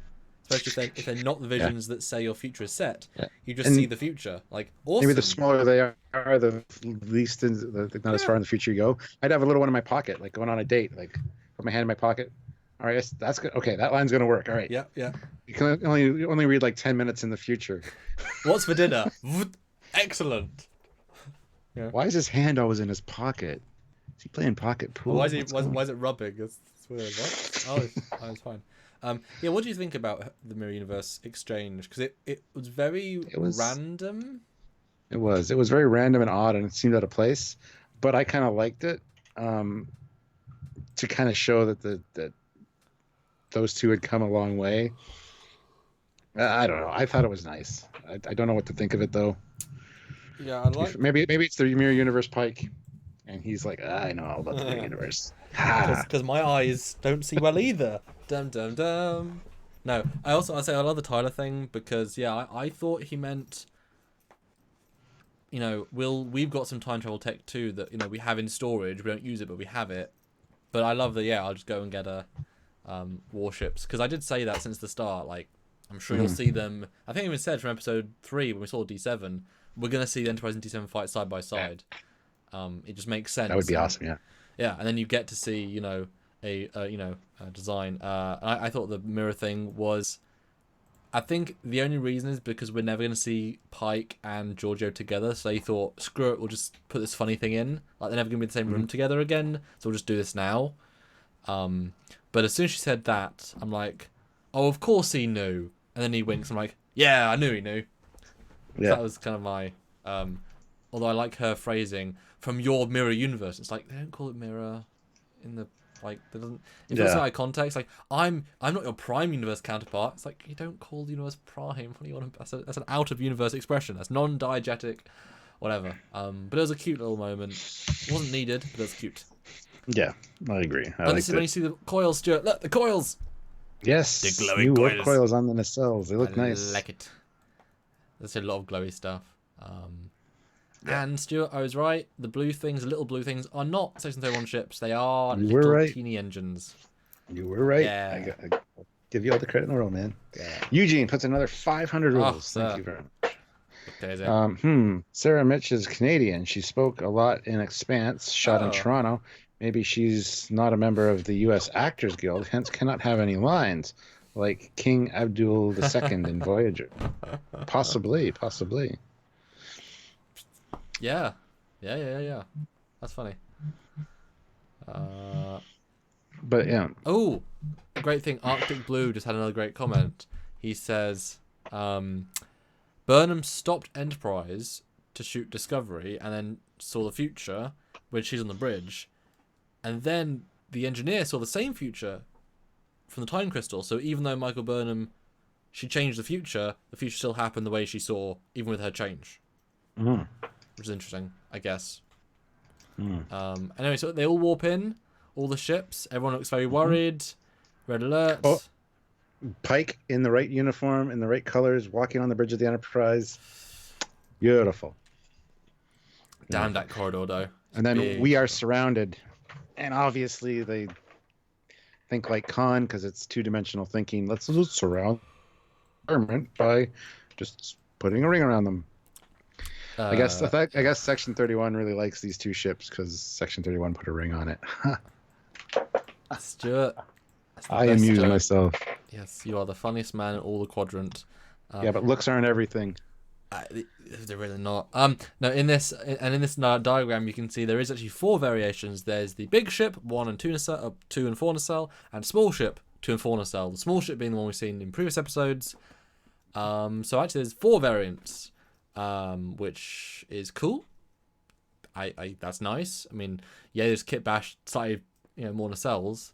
And the scale's interesting as well, showing how big they are, if that's to scale. If it's to scale, yeah. And yeah, a lot of ships, a lot of people. I don't doubt your shuttles will do jack. And what are these things, Stuart? In the shot before or after Cornwall on the bridge, where there's very, very bright lights. There's too many bright lights on the Enterprise bridge. It doesn't look very good. What are those white things in front of the view screen on Discovery? Because they're not shuttles. They're not the zoomy pods. What are they? I don't even know what we're looking at. Well, if you have to wait for the live to... Because there's shuttles on the right-hand side. There's 3 shuttles. But they're not the spinny things. What are these things? Those... They could be the new tactical assault things, I guess. I don't know. I mean, there must be. Because they don't look like work pods or work bees. They do almost look like a drone kind of thing. But yeah, it's an odd choice. I don't know. Yes. No idea. And guys, again, 373 people. That's amazing. Please click like. That's a lot of people, actually. Yay. It is. Please click like. We're 206. We'd like to get to 300. Would be great. So please click like. And didn't you think, though, and I will say it and be a little bit cheeky, that these Section 31 ships kind of have a very Orville-looking front, just black? Like the way it's kind of curved round. Give me super Orville vibes. What do you think? Yeah. Oh, yeah. Definitely. Especially looking at this picture, for sure.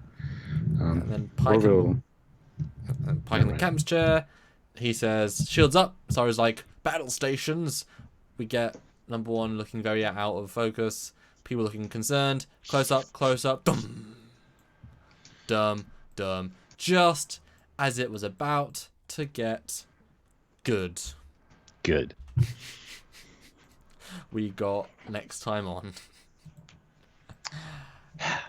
I didn't get it. I didn't see that yet. I still haven't seen it. Yes. So, Stuart, there we go. That is the entire episode. A lot of lead up to the finale. Didn't answer any questions. Answer what the bridge looked like. Yeah, sure. But canon story questions. So we have a lot of questions to be answered in the next episode. So now, having gone through it, Stuart, what are your now... what's your closing bio and closing number, and we'll talk about some more little plot things for the last 25 minutes, and also people talking to us. What do you think? There's some well-written scenes, some good speeches, some good goodbye things. I just felt they were a little out of place in this episode. The first half of the episode was really like, yeah, Enterprise, yeah, cool stuff, yeah. And then it kind of hit the brakes.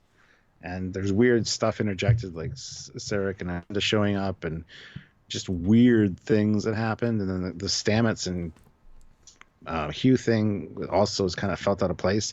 So there's some disjointedness going on, but some those scenes in and of themselves are well written, well acted, good character development, but not necessarily in the right order, sequence, or episode that they should have been in.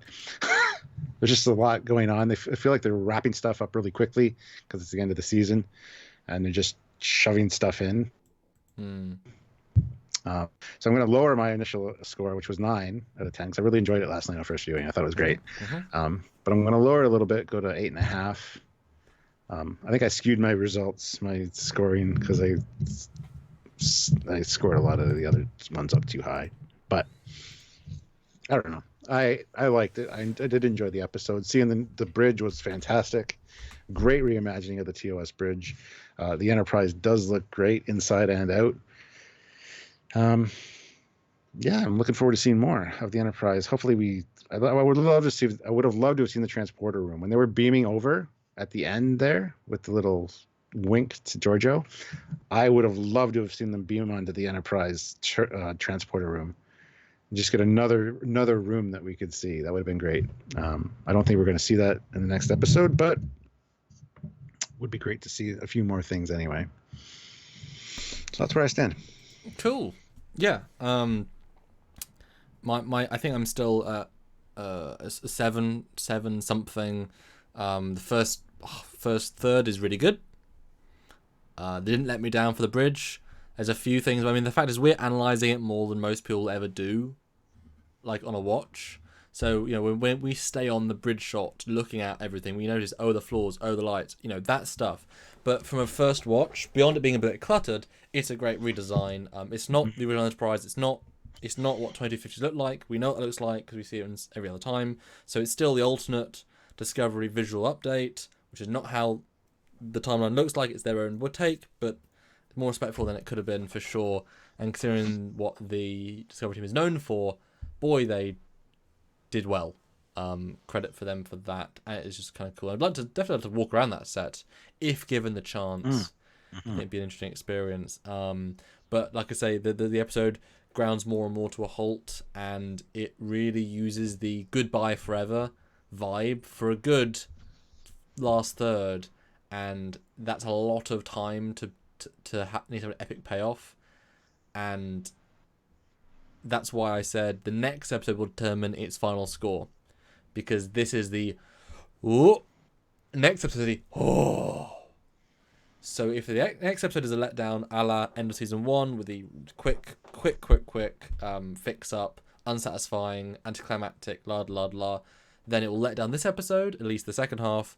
But if this build up allows for non-stop 65 minutes action, balls to the wall, time travel, epic plot, like if this is all out of the way to be full on, then because the first 15 minutes were all action, it was great, really good, well written, well acted, well dialogued, well paced. So if it's that sort of way, because as I said to you last like 7, they have only a certain amount of plot to tell, and so they're stretching it a lot. They could have easily cut this season down or invented more twists and turns. Do you know what I mean? I think they probably did the opposite to the last season, where there are too many twists and turns, and it got too little time, to the point they had to commission 3 new episodes. They physically couldn't tell it in the time. This year, I think they've done a lot simpler, so more character, which is good. It's just not always best character stuff. So hopefully, with 1 episode left, all of the remaining plot can be in it, which means it will be epic. So 7 and something, and it might go up to 8 if next episode's epic. And then it's best to watch the 2-part movie, I think, because then the slow pace will just lead into the better part 2. Well, I think if you're making a movie out of it, you cut about half of these scenes, the second half. Like, you cut all the Sarek stuff, you don't need it. You'd cut a few other bits and just lead straight into the movie next bit. But definitely the upper half of this season. And I was not disappointed with the Enterprise stuff. I thought she was represented beautiful outside, except the corridor, well done on the inside, and Pike looks excellent in the uniform, and I'm excited to see, hopefully next episode, a 100% Enterprise-looking uniform bridge. No Cornwall, no Discovery crew, just 100% TOS characters, number 1 being awesome, other characters being awesome, on the bridge, and having, like, this is our TOS section, this is our Discovery section, fight, So there you go. My closing thoughts. Very good. Yes. Eugene puts in another 500 rubles. Thank you. A lot of good scenes, but these scenes don't form an episode. I don't believe the guy who directed Calypso could have made this. I didn't even know it was the same director, but... He's done a couple for this, yeah. Yeah. But I will say, acting's been good this season, and writing's been so much better. The writing has been a lot better this season. Like, the plot might not be the best thing ever, but the writing is definitely, like, leaps and bounds above season 1. The people they fired and then replaced, just much better. Arctic Blue 87 puts in a super chat as well. Thank you very much. Thank you. Do you guys think Saru's knife may have future meaning of Discovery? They have showed it off and on, and he brings it with him to Enterprise. It might come in, it saves the day, maybe. The torpedo that's lodged in the hull, they have to go down and pop a panel off, and they're like, God damn it, if only we had a knife. And he's like, aha! And he runs down, and he sacrifices himself, or we think he dies. And he doesn't actually die, but he pops off the panel, and maybe. Yes. Oh, I don't like him taking the knife on the bridge. It's like, I'm sorry, there are places you could put sketchy. it. Yeah, That's there are places sketchy, you could put it before you get to the bridge, like, I don't know, anywhere. Although I'm sure he took it back with him, so it's just like in his quarters again. Yeah. So yeah, and I think this will be. I'm again. I've said this for season 1. I'm excited to kind of do a super cut of this season. Like, how do you take this 14 episodes, and make like an epic 2.5-hour movie?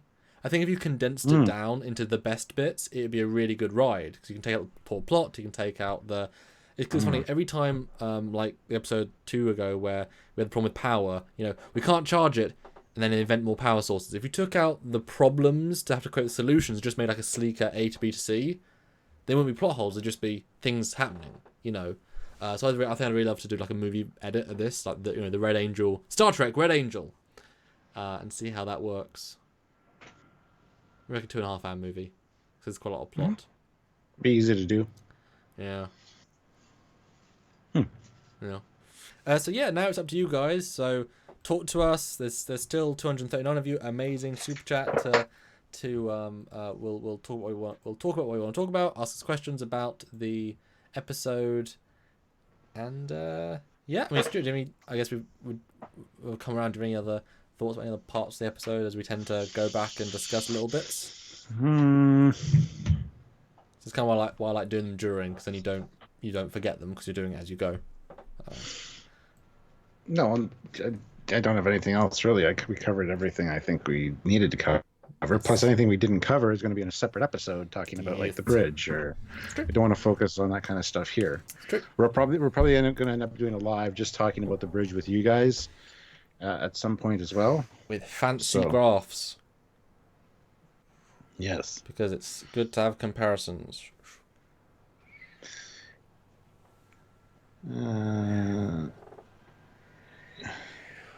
Did you see the leaked picture of Ethan Peck? Thoughts? Dante, we did a whole live on that. Yes, we did. I'm going to look at the... I don't know, it wasn't leaked. It was an official... Hey, look, he's joining the cruise. It's not like it's a leaked photo. Captain Foley white shirts that you wear gold black on Teespring's website, because they don't make them. I get those made specially. I have to order the shirts separately, and then I have to get them the embroidery thing put on, and I don't have a supplier for the shirts. They're hard to find, so I've only got a few, and I get the embroidery thing done just down the street. I don't have a place that can make them to sell yet. That's why. Interesting comment by Manic. Discovery is lost in the final, and the Discovery A ends up being a Constitution class. That would be really weird. It's not bad though. I mean, you've built the bridge, you've redressed the sets. It looks different enough. Why not? That's interesting. It wouldn't be called Discovery A. That just stupid. We assume they'll do that for. They won't though. It won't be the same registry, and if it's a different class of ship. I think you're giving them too much credit there, Stuart. If you destroy a ship, the next one is an A. That's what they know. No, they're not going to know the book reason for. They're not going to know the real reason for it, Stuart, are they? They think impulse. They think torpedoes come from Orphan cells, Stuart. Be serious. But as a concept, I think I'm fine with that. I mean, it's a nicer looking ship than Discovery. And the bridge is better. I mean, I think especially if they all got uniforms. I mean, talk about a way of cheekily paying for season 3. You make the Enterprise a big part of season 2. You get to use its sets for season 3. It's actually quite smart considering, and you do new uniforms, and there you go. You've now got the season 3 budget, and you can make the Discovery bridge an Alien bridge as they're quicker at redressing, and boom, there you go, season 3. Do you guys think the Enterprise will be destroyed with escape pods? Obviously, in the next episode, we get a new Enterprise. No, that would just be stupid.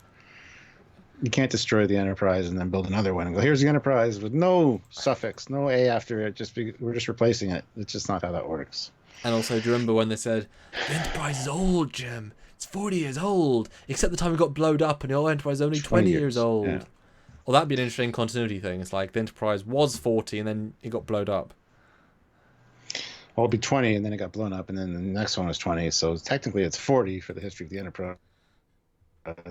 That style, and that doesn't work regardless. Fleet Pot Swiftback puts in $1.99. Was Leland shooting everyone in the head overkill?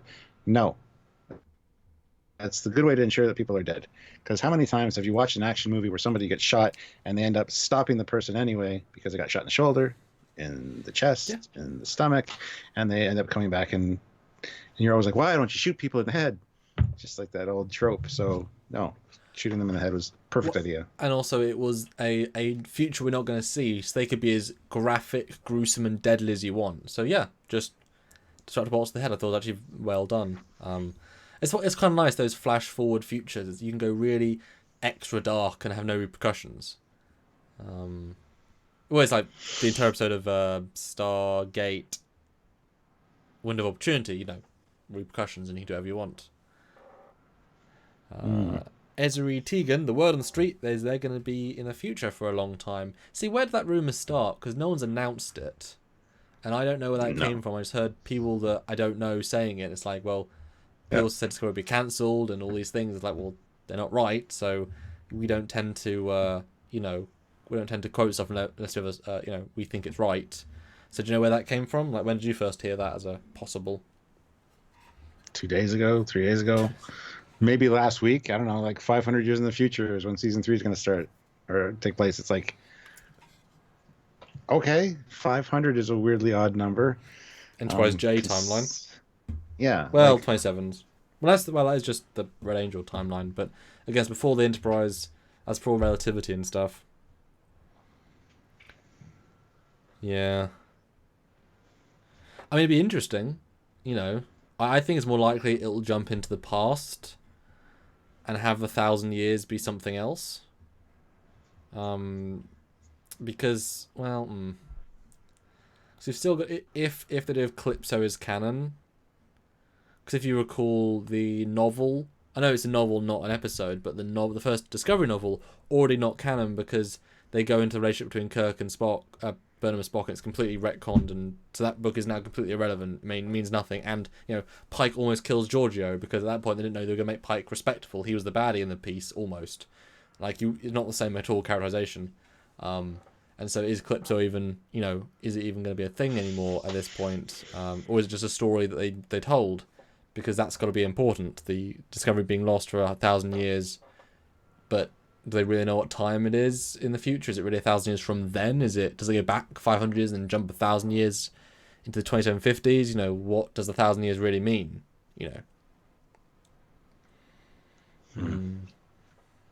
Season 2 ends with Discovery going into the wormhole and appears in Nazi Germany. Did that already? Yeah, every series has to go to Nazi Germany at some point. That's funny. And Daniel does. I'm sure Daniels will come back. The actor, walk on the bridge like, "Hello, I'm Daniels." Yeah.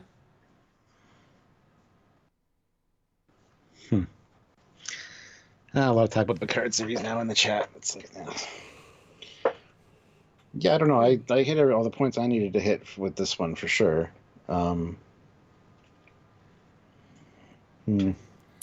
Arctic Blue Commander feels like the Borg. If they send it into the past drifting, then that should be Origin of the Borg.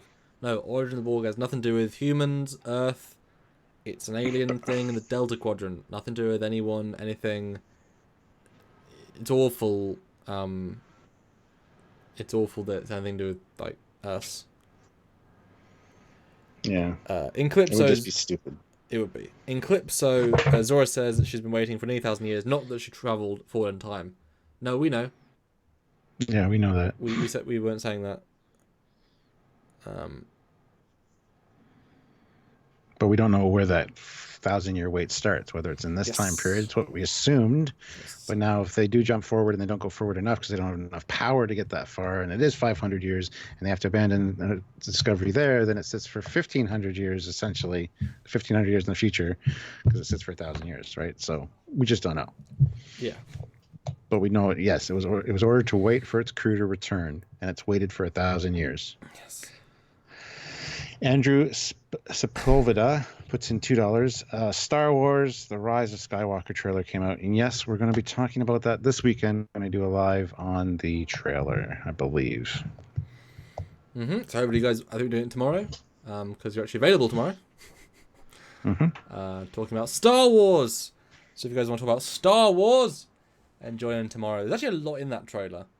Teaser. For a teaser, it's actually pretty damn teasing. I'm actually kind of impressed. Other teasers are normally like, I have no idea what's happening, but there's a lot of stuff that's happening in that. So I'm kind of pleased with them for that, but we'll see. Yeah, back on Discovery though, Stuart. The thing I'm most concerned about is not the quality of the final episode. It's not the VFX quality, it's not the fact it's going to feel cheap, not the Enterprise bridge, not Pike, not the battle, none of that. It's that there's so many plots outstanding, so many questions. Mm-hmm. How can they possibly give a satisfactory conclusion to all of them and a massive epic battle? Yeah. What are Well, your the thoughts thing on I'm that? concerned about is that the thing I'm concerned about is going to end on a cliffhanger like we just got with this episode. Discovery's going to travel through time because of Michael Burnham, and it's going to get stuck somewhere. It's going to be like dun dun dun, and it's not. We got to wait till the next season. But yeah, there's a lot to wrap up, and if they're going to continue it in the next season, fine. But we know that with season 1, they really hastened the end of the Klingon War, and it just did not work in that last episode, really. And I have a fear that that might happen here as well. But if they carry this plot line over to season 3, I'm going to be kind of disappointed because I really don't care about the angel suit, the time travel thing anymore. I want something new. But I think that's exactly what's going to happen. Is there's going to be a massive cliffhanger with Discovery trapped in time, and we're going to have to wait and speculate for months and months and months as to what the hell's going to happen. I don't know. What and not just that. I would have forgotten what I was going to say. What did you say? Sorry. About cliffhanger. Oh, yes. Sorry. Oh yeah. And the AI control is both boring and fun.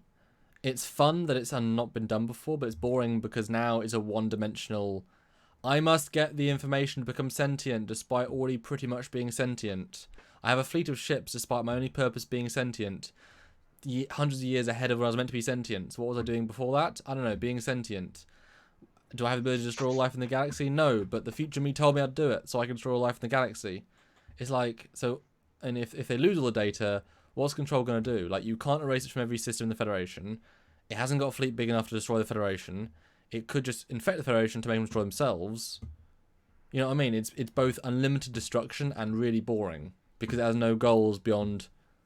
I'm just the AI that can control your technology and kill people. It's like, okay, you know what I mean? You can't argue with it. You can't take it over. It's in all your systems. I mean, I think it's totally reasonable to say that if it's infected all the communications grid, it's already on Earth and it's infecting Earth systems in space dock. And I mean that would be certainly interesting. Another season to have every ship in the Federation be controlled by Control, and also, well, that's not possible to win, is it? You know what I mean? It's like they put themselves in a really tricky situation with him, such a powerful enemy that isn't like it would have been fun if it was just like the one Control entity inside Leland in a ship. You know, one Section 31 ship is powerful enough to take on the whole Federation, you know, in strategic battles. That would have been fun, but it's pretty much unlimited. So it's kind of like, you know.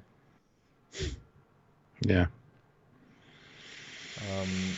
Eugene puts in 250 rubles. Of course it will end with a cliffhanger. Censored mystery boxes. Yeah.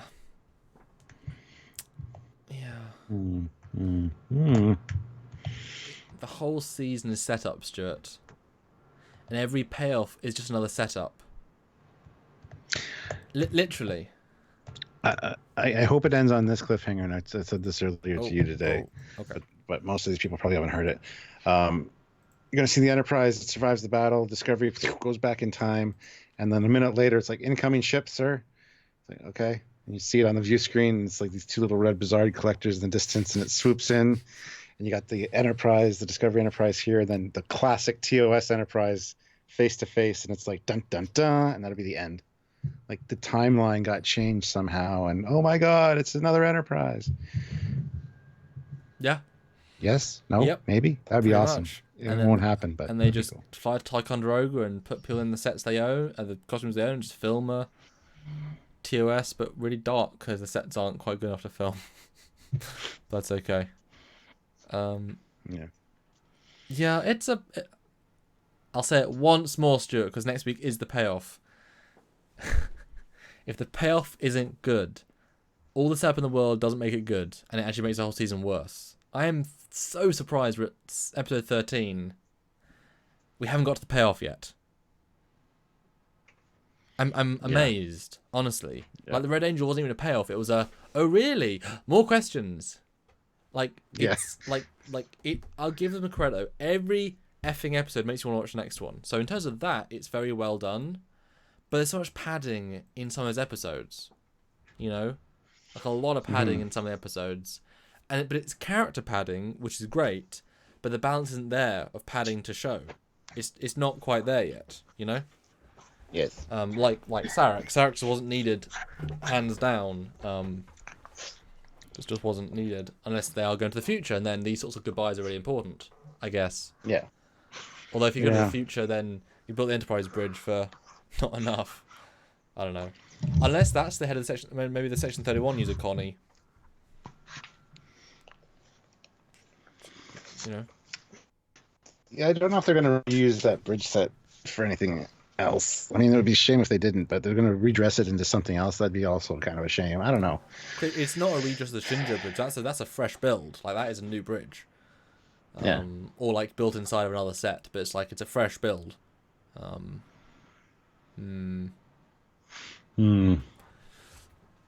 I liked the episode. I just thought it got less and less interesting as it went on because you want some more stuff to happen. And just as it was going to, it stopped. Yes. Yeah. But again, it makes you want to watch the next episode, and I certainly do. I hope the next one's good. Seriously. It's got to be more than an hour. I mean, they need to have at least 60 minutes to, you know, because how cool would that be?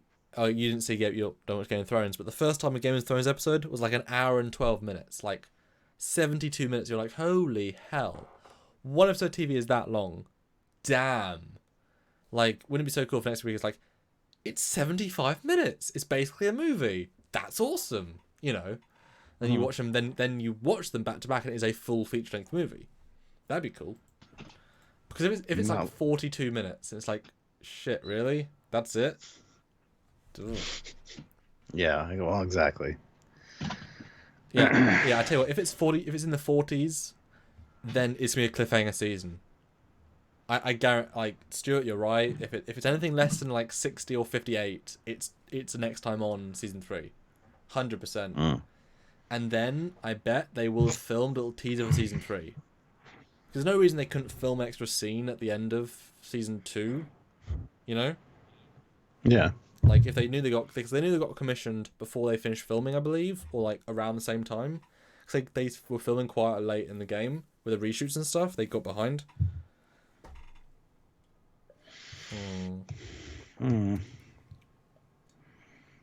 I don't know. We just keep hoping that they know how to Star Trek. And it's like they almost know, but then they don't.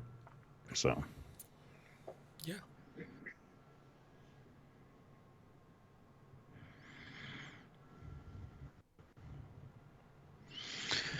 Alrighty, guys. I really have to go urinate, so we should probably call this a wrap. It's been 2.5 hours. Yeah, we used our time exactly right. So last super chat, then we can leave, and I'll get back to editing Sunday's video. Sunday, and tomorrow night we will do a live talking about the new the Star Wars trailer thing. Just Star Wars. That's that. Yep. Dittmer, do a barrel roll. Rolling's a good trick. And remember, guys, do support us on Patreon if you want to support this show. Because we'd love to do more reviews after Discovery's finished. Because there are, lots of Trek. And we'll review it all the exact same way. Being, try to be fair, balanced, look at the good, the bad, cut the canon problems as we would do for any show. And we want to hit that 1,000 a month goal, guys. That's always been a backbone number for us. If we get 1,000 a month, plus YouTube, we can support ourselves fully. The minimum. Because, we're not trying to make money out of this. Like as a, I'm going on holiday. More just like, I don't have to worry about money for another month. Yay. So support us on Patreon if you'd like to help with that. Or just keep super chatting in lots of lives. We are always looking for more people to join in. And this has been a wonderful stream. Lots and lots of people. 300 and something. I assume next week it'll be incredible. The season finale.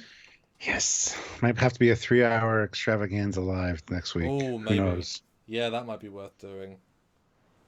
Thing is, for that one, Stuart, you bring food and you bring drink, and I bring food and I bring drink, and we just eat on the live as well. Because that's not gonna, it's close enough for your dinner that you need to bring some food. Possibly. This live sponsored by Jack in the Box. You don't have Jack in the Box in Canada. I know. the only one I can think of. Eugene puts in another 150 Ah. rubles. Thank you. Orville's got Marina Sirtis cameo, and yes, she. Oh, I look forward to It did. seeing it. Don't tell me Oh, anything. you- I haven't seen it yet. We're seeing it tomorrow night. okay. And I the just hate her SDA so Gordon, much. I agree with that. I think so. There's only one timeline. No, there isn't. We know there isn't only one timeline. So guys, thank you so much. Awesome, everyone. And I guess we'll see you tomorrow for Talking Star Wars, the one after The Last Jedi. I might even have a beer next week. Have a drink or two while we're doing our live. Have a Discovery Yes. season 2 send off. That could be kind of fun. There you go. So Yeah. look forward to that. A shot for every storyline not Arctic Blue successfully 87. finished. Oh god, Arctic Blue 87. Gonna learn my dog to spore jump. Thanks for the shout out. You're No, welcome. is that Leon? Leon the Swedish. puppy? It is, yeah. Oh, Leon. Yes. Hi, Leon. And it's £4.12. That's like $5.50, which is actually a lot. Thanks so much. Jill Wright, $2. I'd rather do Orville live than the Star Wars trailer. Well, we'll do the Orville. At the We end of got a the few season. episodes to do, Yeah. and yeah, we'll. Because we did one, Jill, with the other single episode of Orville, and it wasn't remotely good enough to do more. So we're going to wait and do the rest of the season, because that was We'll worth probably it. do the rest of the season and then the series finale separately. Because if the series finales or the season finale is really good, then we will probably do a separate live on that. Maybe do like the 2 in 2 days sort of thing. Yeah, exactly. Yeah. Yeah. Yeah, could do. That's probably what we'll end up doing, to be fair. So. Not many Fleet Yard, 90 Lancaster, not many Fleet Yards lately, is there? Well, no. All the other shows stopped while we're doing the Discovery, because you're getting Discovery content all week. I can only edit so much, guys. Obviously. Same thing as last year, guys. If you hear last year, you hear last year. All right. Oh, bye. Goodbye, guys. See you tomorrow. Bye. Bye, guys. Bye. Enterprise. Woo. Wait, hold on.